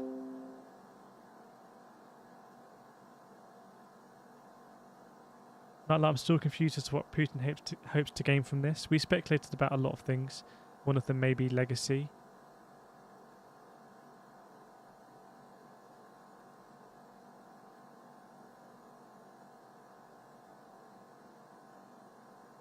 Ian Gaffney, do you think Putin will now call Pope Francis Nazi? I'm not sure about that. I've seen Pope Francis sense he said that he considers this to be a war, which is a very powerful statement, worthy of imprisonment in Russia at the moment, it seems. I think a really interesting thing is going to be Israel. I think the Prime Minister of Israel has the ear of both Ukraine and Putin. And obviously, with all the comments made about neo-Nazis, Israel's diplomatic position is very important.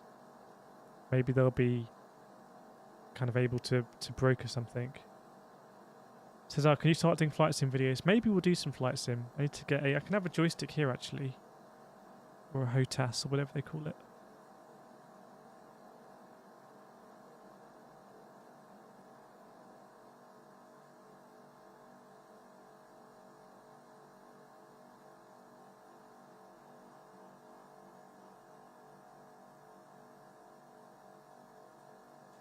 Nigel says human life is priceless regardless where you're from. I completely agree. And I can only imagine what goes through soldiers' minds on both sides when they see that anti-air or anti-tank missile approaching their vehicle, or they hear the shell about to land. I can only imagine what they think, and at that point, if for a lot of people it's the first time that they've seen such significant action, at that point, do any of them really think it was worth it?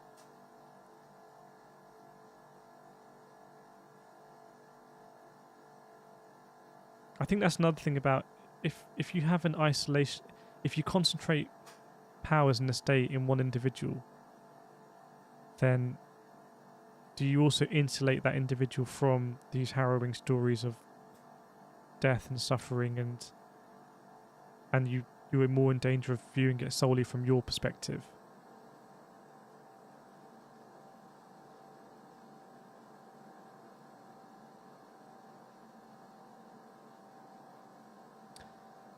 Depot Club, thanks for the reply. I will ponder and tomorrow I'll reply back. I want to take the opportunity to congratulate you in the mods this stream. Great plays. Thanks for helping it. Thanks, Depot Club. Really appreciate it. From Brazil. An expat in Brazil, I believe. What 5? Apparently Australia is about to start building nuclear submarines, spending billions of dollars up to the military. Yeah, it was a very big story last year. I think France had an agreement with Australia to build their nuclear submarines. And then I think maybe the US and the UK kind of stepped in and are now going to build them for Australia. It's a big military contract. It was quite controversial. France were not happy about it, to say the least.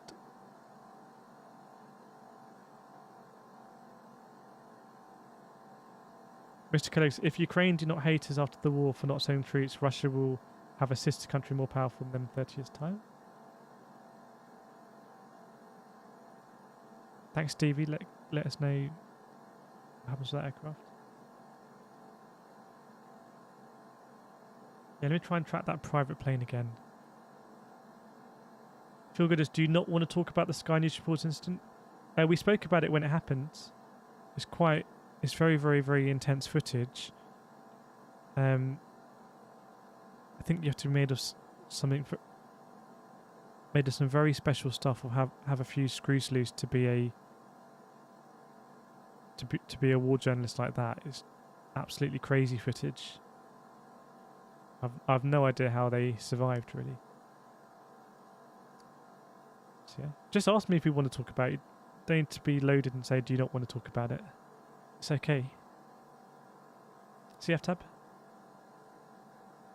Unless you're talking about a different incident I don't know about.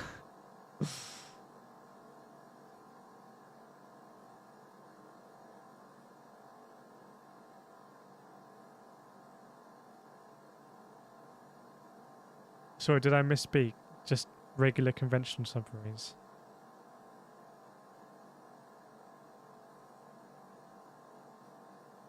No, like, is it possible that the world could agree on no more wars? Every agreement can be broken. I don't know. I think if you're an idealist, then you would say yes. The progression of education and learning from history means that we would progress to a point with frameworks and international bodies to get to a point where there is no war again. And everyone knows there's never going to be a war and countries can govern themselves. And if you're a realist, you say that will never ever happen.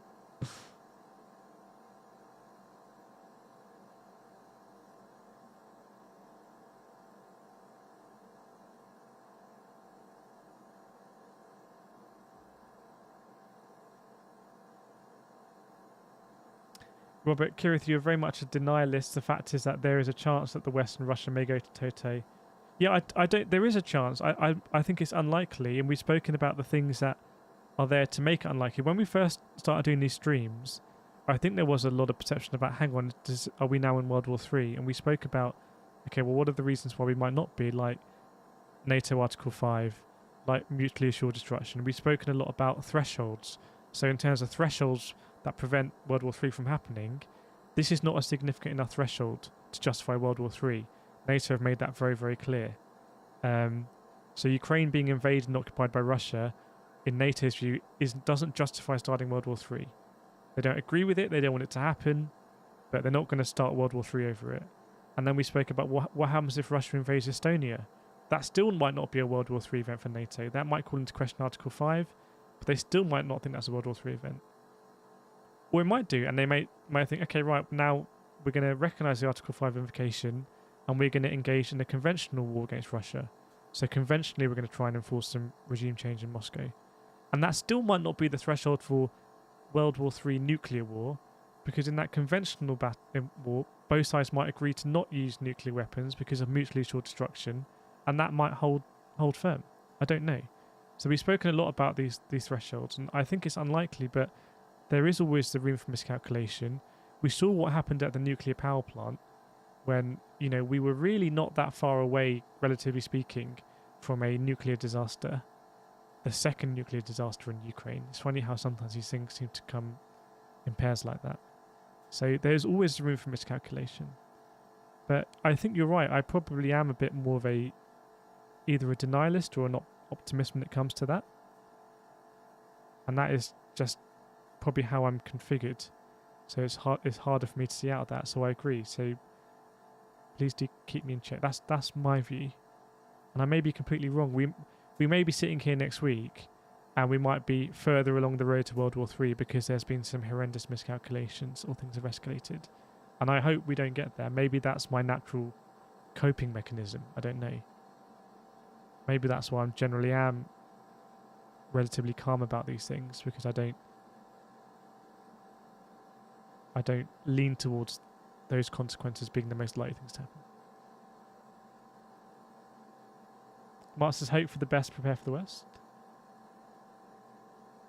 Ethan, conventionally that war would last 3 days if they came to an agreement on using it. That's the thing. If you're Putin, let's say, you know, if you're Putin, let's say you do end up in a conventional war with NATO, and let's say you are losing that war very quickly. For what reason would you have to launch nuclear weapons? And by the way, if you kind of expand that, if there is these things do escalate and there is a conventional war between NATO and Moscow, to what extent would NATO have an incentive to launch nuclear weapons if it has military supremacy in a conventional sense, assuming that China and India take their current view, and particularly China take their current view and abstain?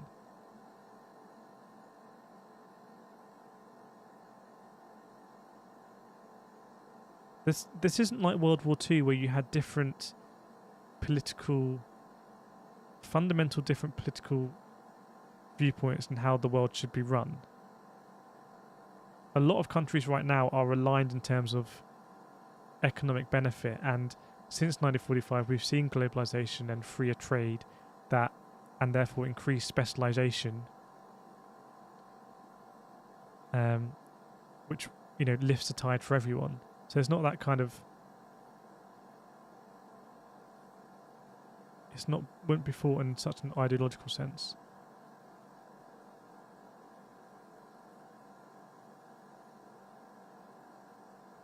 Because World War III is a Hail Mary event. You can only imagine that it would be used as a threat. But when the moment comes, and let's say, you know, NATO tanks are rolling in onto Moscow, when the moment comes, would he really authorize it?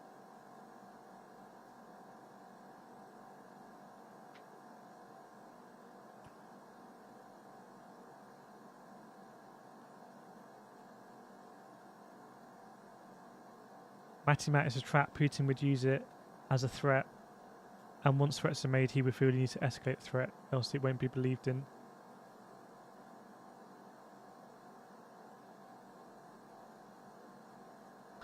Brian says war with Russia is war with China. I don't agree necessarily with that. I don't know. Like, if the nuclear power plant had exploded, would that have escalated to me NATO got involved? Possibly.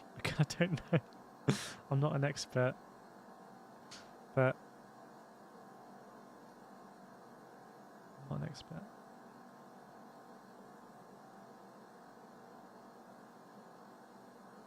Thanks, Alex. Yeah, we've seen them.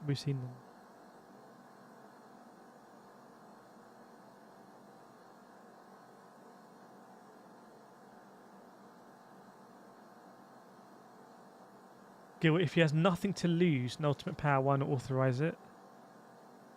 What would he have to gain? I don't know.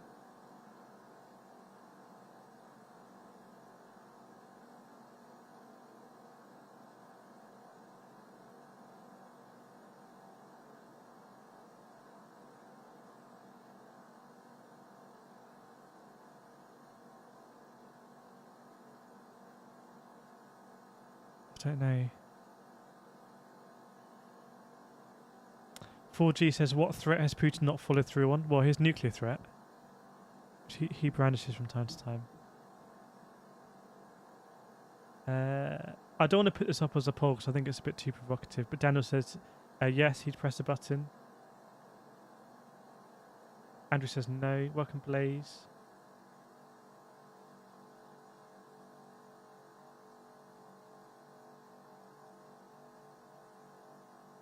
Welcome, IMO.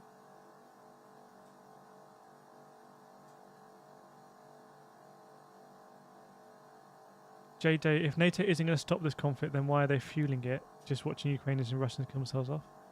It depends if you know, the US Secretary of State yesterday said he believes Ukraine can actually win this war.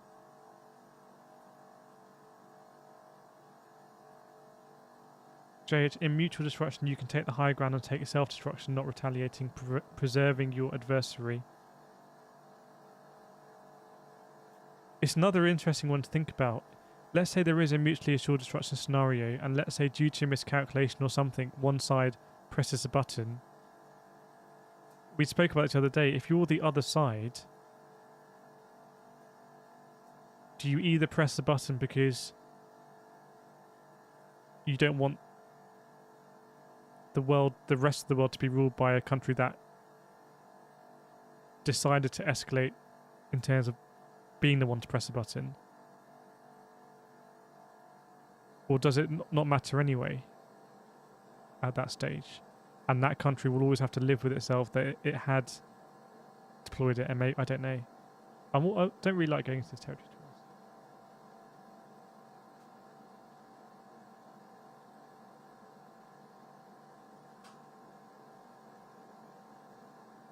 MK tuned to the stream with the understanding you call shots on both sides. Still, I'm not sure if I call shots on both sides. I'm not really sure what that means. Okay, do you think Putin approved the attack on the plant or are his troops out of control? I imagine there is an element of it's difficult to,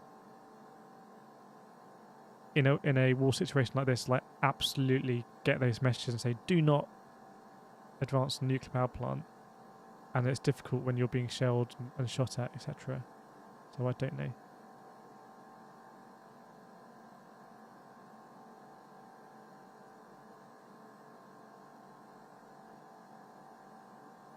Thanks, Boom. Glad you enjoyed it. G says Putin is not going to press any button, never. If a nuke ever will be used, and which is highly unlikely, in my opinion, it would all watch at Belarus.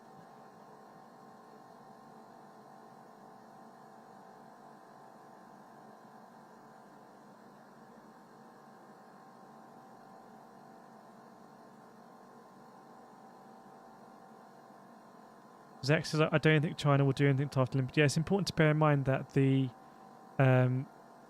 Winter Olympics are still going on, or the Winter Paralympics.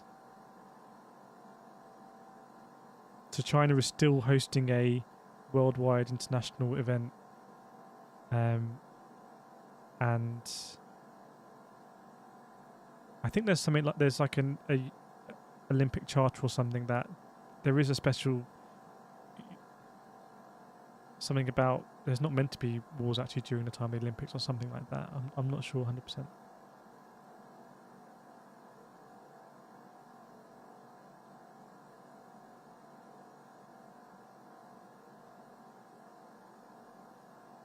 Anton says nukes to be banned worldwide. It's interesting if I believe this war has made it more desirable. Countries that don't have nuclear weapons are more likely to want them, and we've seen that with Japan making that statement that they want to be part of an alliance to host nuclear weapons. Because ultimately, if you host nuclear weapons, then you have a much stronger deterrent. It's really put into focus how strong that deterrent is.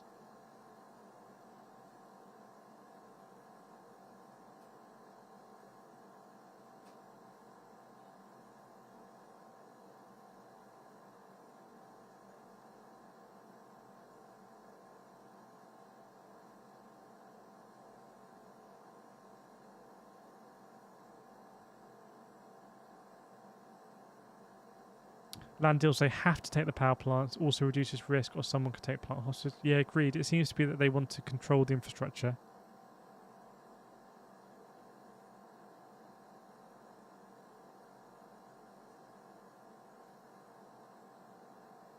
I mean, again, in some sense, when we were streaming, we were all in the stream a week ago, last weekend. In fact, for anyone that was in this stream, 700 people watching, anyone that was in this stream a week ago, either Friday, Saturday, or Sunday, at that time, would you have expected to be getting a live feed of Independence Square in Kyiv looking like this with the lights on? Would you have expected for us to have this feed a week later or not? Yeah, understood, G. The smoke is just from it's just from a stack. Just from a regular chimney, I believe. You can see it here. I believe these are the reactors. They're very similar to the ones that were at Fukushima, a few of which had meltdowns. Nuclear fission, as I understand it, is all about cooling the rods.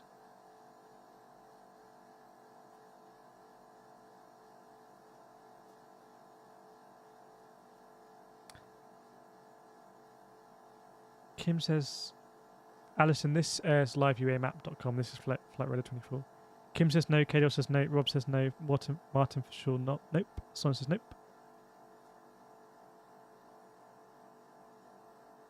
TK says no. BSDV says no. Ash says no.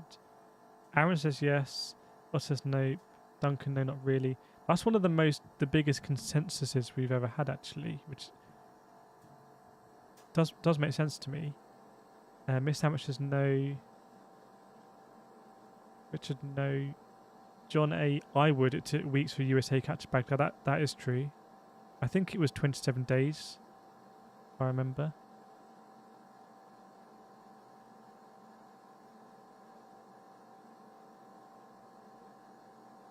Brenner says no, expected to be taken by now, but they said about 15 days to take Kyiv.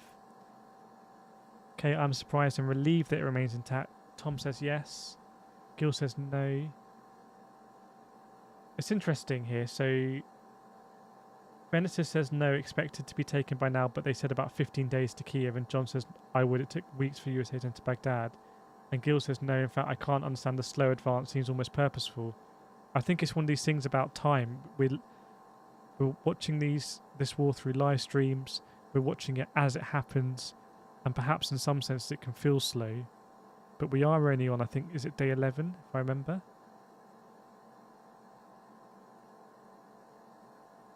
I don't know anymore. Chris, I thought the fees would be gone in 3 days max. Dave says yes.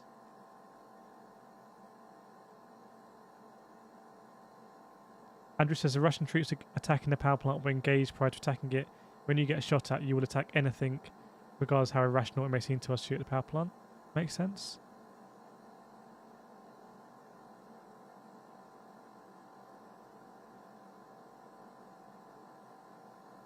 Something I don't know about at the moment is the kind of the succession plan in Moscow.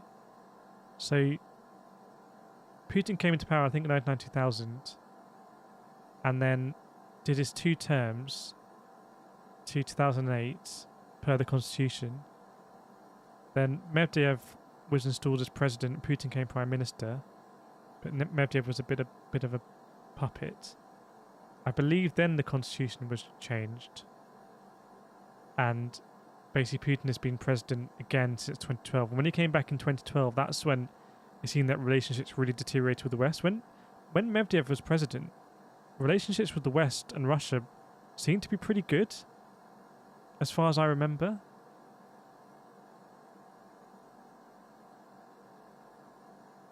I remember I was studying Russian constitutional stuff at the time, and relationship seems pretty good. Is that fair to say? Between 2008 and 2012. And then Putin kind of came back as president with a bit of a vengeance. The constitution has been amended so he could come back as president, serve multiple terms, not limited to 2 terms. But I don't know what the succession is with United Russia, the party, and I've no idea.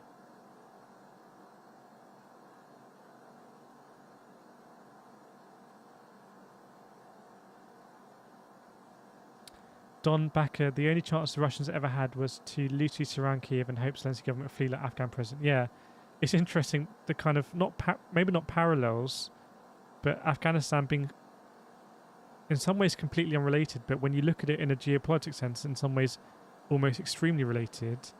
The way that the USA pulling out very abruptly was seen as the USA changing its tack internationally and being less of an interventionist world policeman. And we almost didn't really have time to process that or understand what it meant. And then what actually happened after that with Ghani fleeing the country almost immediately and Taliban retaking Afghanistan in lightning time, and the scenes we saw at Kabul airport, the evacuation, and the almost awkwardness of the Taliban having taken control so quickly before the West could evacuate. And, that hasn't happened in Ukraine. Zelensky didn't flee. Seems like the Russians yesterday tried to put out some propaganda that he had fled, which was rebuked.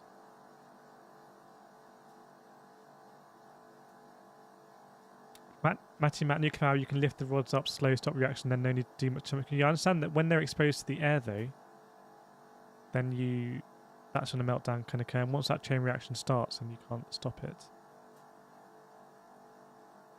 So even if they're in the cooling, if the water all evaporates, then you have a meltdown situation. But again, I'm not a nuclear engineer.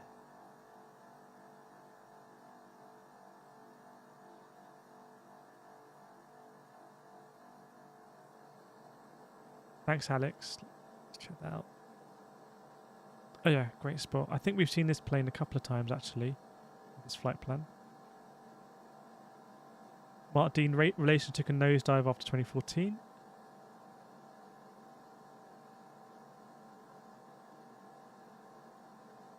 Cameron Gorbachev made peace with the West, but it cost him the USSR empire. Putin must take about 30 years. Klandad, just like Yeltsin with Putin, he will want to install someone. I don't think Putin was Yeltsin's choice to replace him. Obviously, Yeltsin by that... Yeltsin is a bit of a... He's regarded very differently because the start of his... He was the first president of Russia. And... It's very different... Yeah, anyway. Aaron, there's no point to a constitution that's easy to change. Yep. I mean, interestingly, you could say the United States Constitution is very difficult to amend. Very difficult to amend the United States Constitution. Whereas the Russian Constitution has been amended heavily to concentrate powers on the president. Both in the 1990s and 21st century. The United Kingdom doesn't have a written constitution. It's all convention.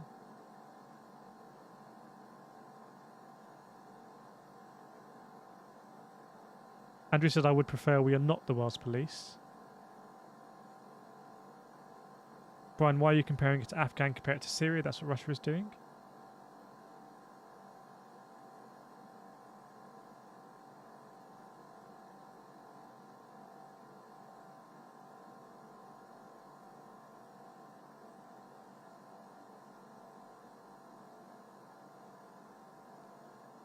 PSTF is rat to shut down, then passive cooling should be a kef. Should be enough. Okay, I don't know enough about that personally.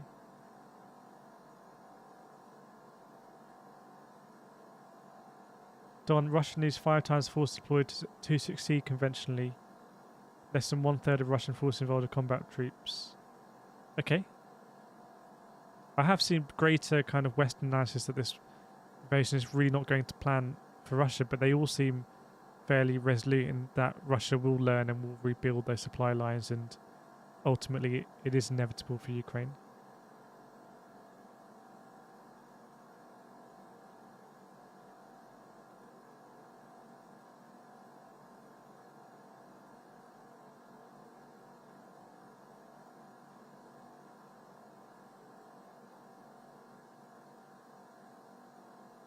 Dustin says, why the hell is war between humans even still a thing?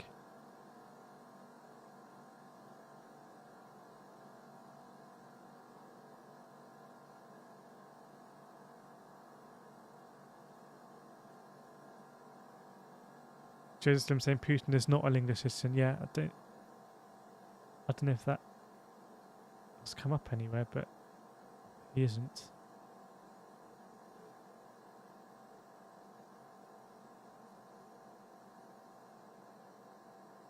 See, Martin?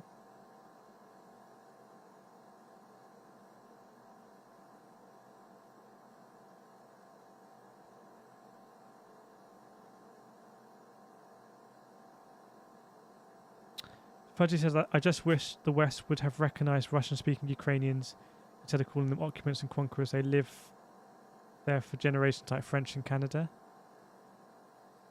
Yeah, it's a difficult one. It's a difficult one. The only thing is, what doesn't tally up with that is the response from Russia to invade through Belarus to Kyiv. So if that really is the concern of Russia, that, you know, there hasn't been enough recognition of the West that, hang on, there is a valid independence movement here, and those regions, they did make, if you're Russia, they did make valid request for Russia to kind of protect them, then why has Russia made the invasion here? Why didn't Russia move in to concentrate those troops here, which they could have then tried to secure these regions? Thanks, Watts. I didn't see that. Jason says pride causes wars. I think that's definitely been a cause of a few significant wars in history. Andrew says humans have a tribal instinct. So, Joseph?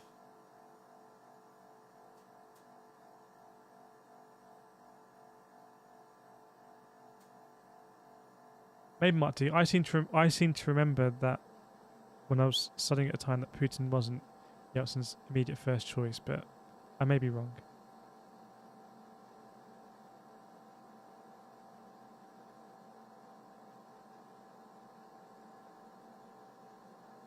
Train's still here. Yeah, I don't know if anyone knows what's going on with this business or diplomatic jet going from Moscow, taking the long way around. I don't know where it's going to, because it's not going to Istanbul. I wonder if it's going to Israel.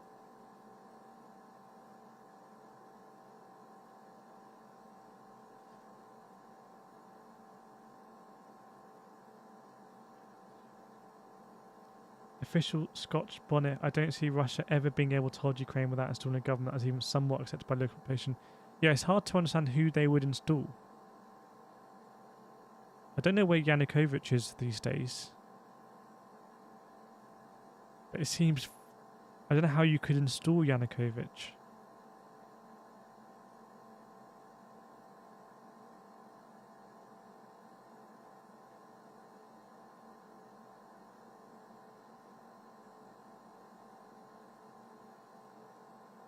Helena says, I think it's a gross miscalculation still, losing a general multiple state-of-the-art machine, not a ruse. Peter Griffin says, power is the final level of greed. To throw lives into war for profit is the power they seek. Lives are currency on a global scale. It's a very powerful statement. Chivier is primal war and fighting is a part of the genetic makeup of mankind's brain. And I guess if you subscribe to that theory, then the more that you concentrate a state's army in the power of one person, then the more you're susceptible to those, what was it, kind of lizard brain desires or different parts of your brain. As in not like the neocortex. I'm not a brain expert. Okay, every border has people on either side with relationships from the other. I don't see how Putin speaking people, how Russian speaking people in Ukraine. Yeah, I don't know. I agree, Donna. I agree about these maps. This map is very conservative, but I 100% agree about sticking to the roads, and the convoys will be pushing along the roads, and therefore it's easier for the Ukrainians to understand where those armour columns are progressing. I think it's easy to look at a map without the roads and just look at terrain, but in reality, you know, the heavy armoured vehicles won't be able to progress through swampy fields, etc. They will stick to the roads. Easier for the Ukrainians to sabotage them and, you know, have surprise attacks. And easier for the armour columns to get backed up, which is something that may have happened here. The columns may have got backed up. May have been a miscalculation on the weather or something. It may all be anticipated, I don't know.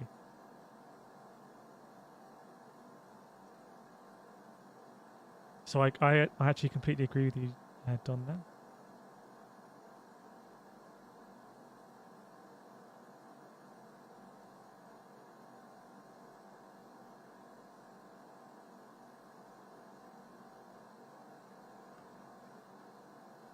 Landed the breakaway regions were not breaking away. Russia had special forces and the puppet government sent in those locations. Crimea was first, and then sent those troops north after the annex.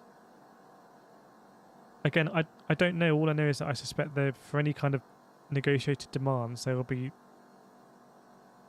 the cool negotiated demands for Russia.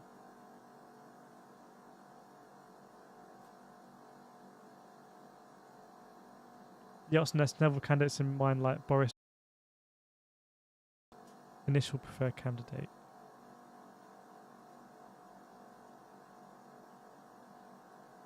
Might be wrong. Drew Ness, will you speak on the endgame aftermath of Ukraine people and what life was like after Russia owns Ukraine?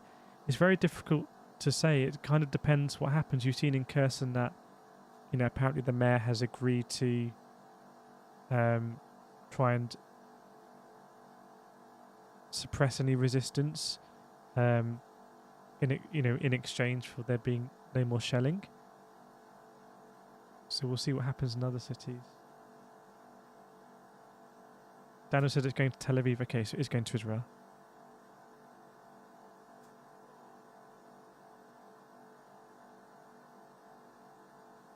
Jason Frank, he wants the USSR of the 21st century. He has a vision. Not judging it necessarily, not suggesting he wants to rebuild the past it was. Okay.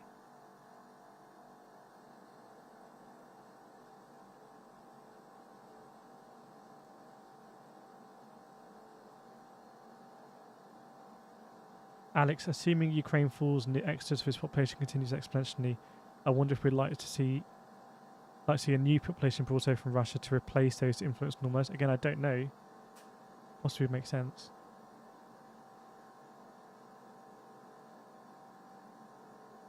John says, I think the Israeli PM was in Moscow. I think the Israeli PM had been on phone calls. Maybe it would surprise me if he was in Moscow. I don't know. Maybe he has been. Maybe he's on this plane. I suspect he'd be in a bigger plane. BSF YouTube sim streamer claims not to be a brain expert. Yeah, not a rocket scientist either.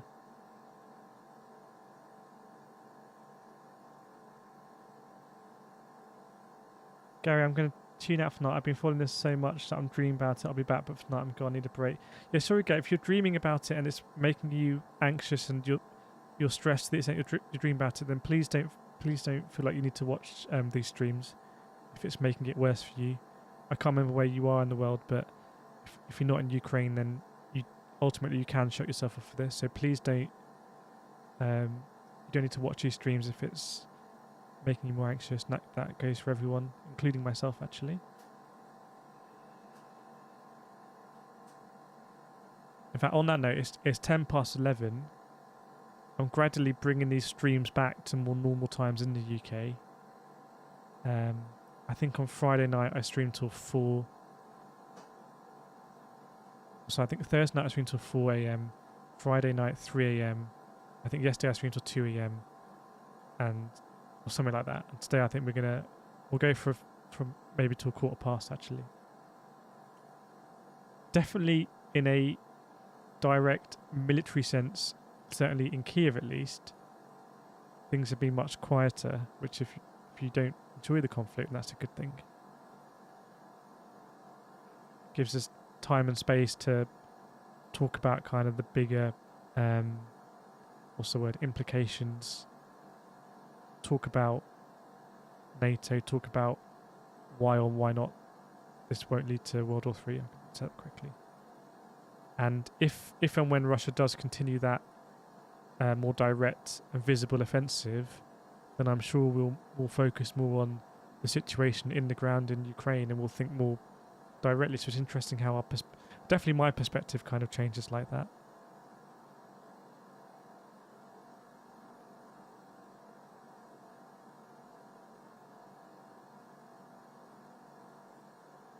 Andrew says existential crisis, not Westeros. Yeah, if you're not in Ukraine, it is to some extent an existential crisis. And ultimately, if things do get as bad as you fear, then there's not much you could do anyway to change it. It's perhaps one way of looking at it.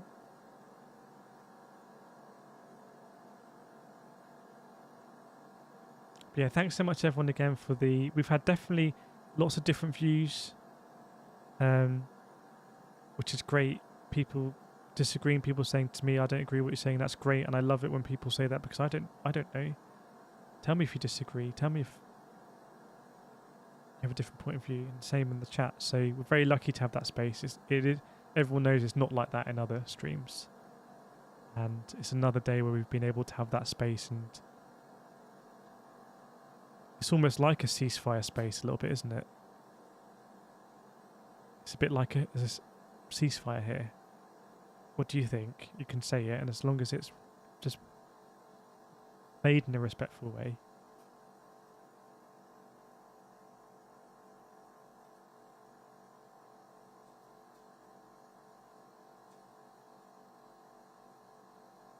Thanks, Joseph. And everyone individually is also different. Some people are more contrarian.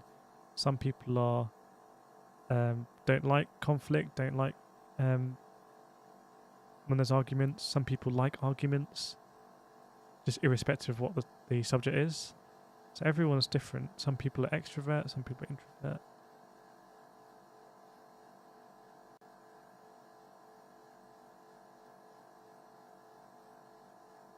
Maybe we should call it the ceasefire. What do we think about that? I've never really... Obviously on my sim racing stuff, I know how to do that, and I've grown a channel. I know how to put titles and thumbnails, and I think today's the first time I've actually done a half thumbnail. I know how to put the tags in the description. I've done none of that here because I didn't think it was really appropriate. I just said Ukraine live stream, no ads, no tags, no description, no nothing. Maybe I need to take it a bit more seriously, but maybe something like the ceasefire. I don't know.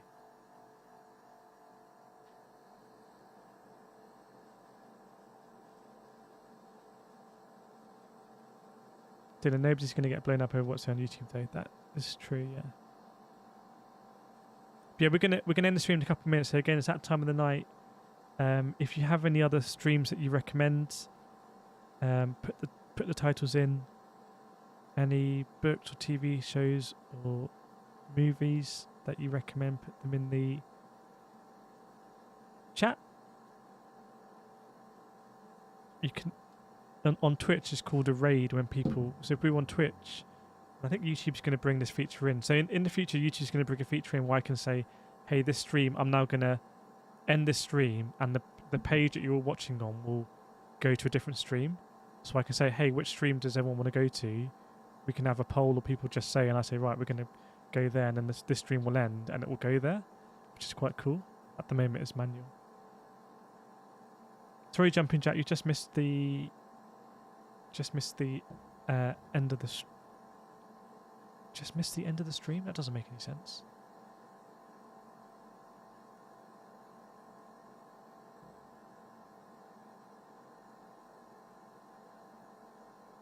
Yeah, we won't call it a raid. 7 Eves recommended by Techno. Yeah, if you have enjoyed the stream, do free to like as well, subscribe if you want. If you do subscribe, bear in mind that you will get a lot of sim racing content. Maybe you don't mind. Maybe you do, but just so you know. And yeah, we'll be back again hopefully tomorrow 10 PM. I say hopefully because I don't know what time it will be. But hopefully it'll be tomorrow 10 PM. And I'm a little bit on edge because I feel like in some ways it's been a very quiet weekend for the conflict in some ways, in terms of compared to previous days. And in terms of what looks to be Russian advancements on the ground.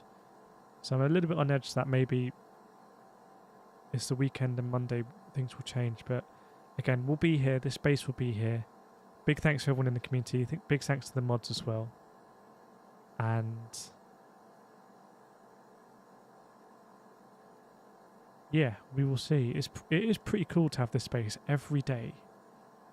And we will look back, and whatever happens, we'll look back and we will know that we were engaged in this and we were involved in it and we were following it and we were thinking about it and we weren't closing our eyes to different points of view.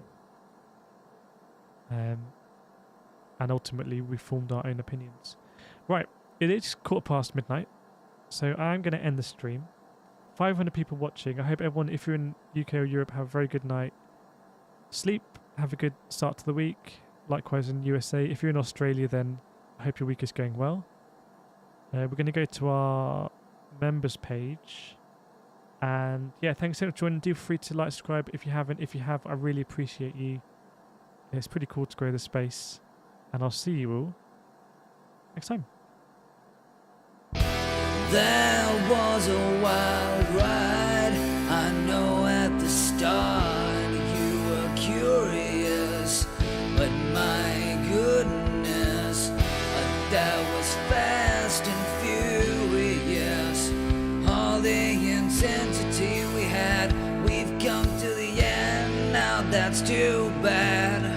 But the energy threw books off the shelf, and we hope you all enjoyed yourselves. Enjoy yourselves. We will go all the way. It's not about the trend. Keep going now. Keep going till we reach the end. Till we reach the end.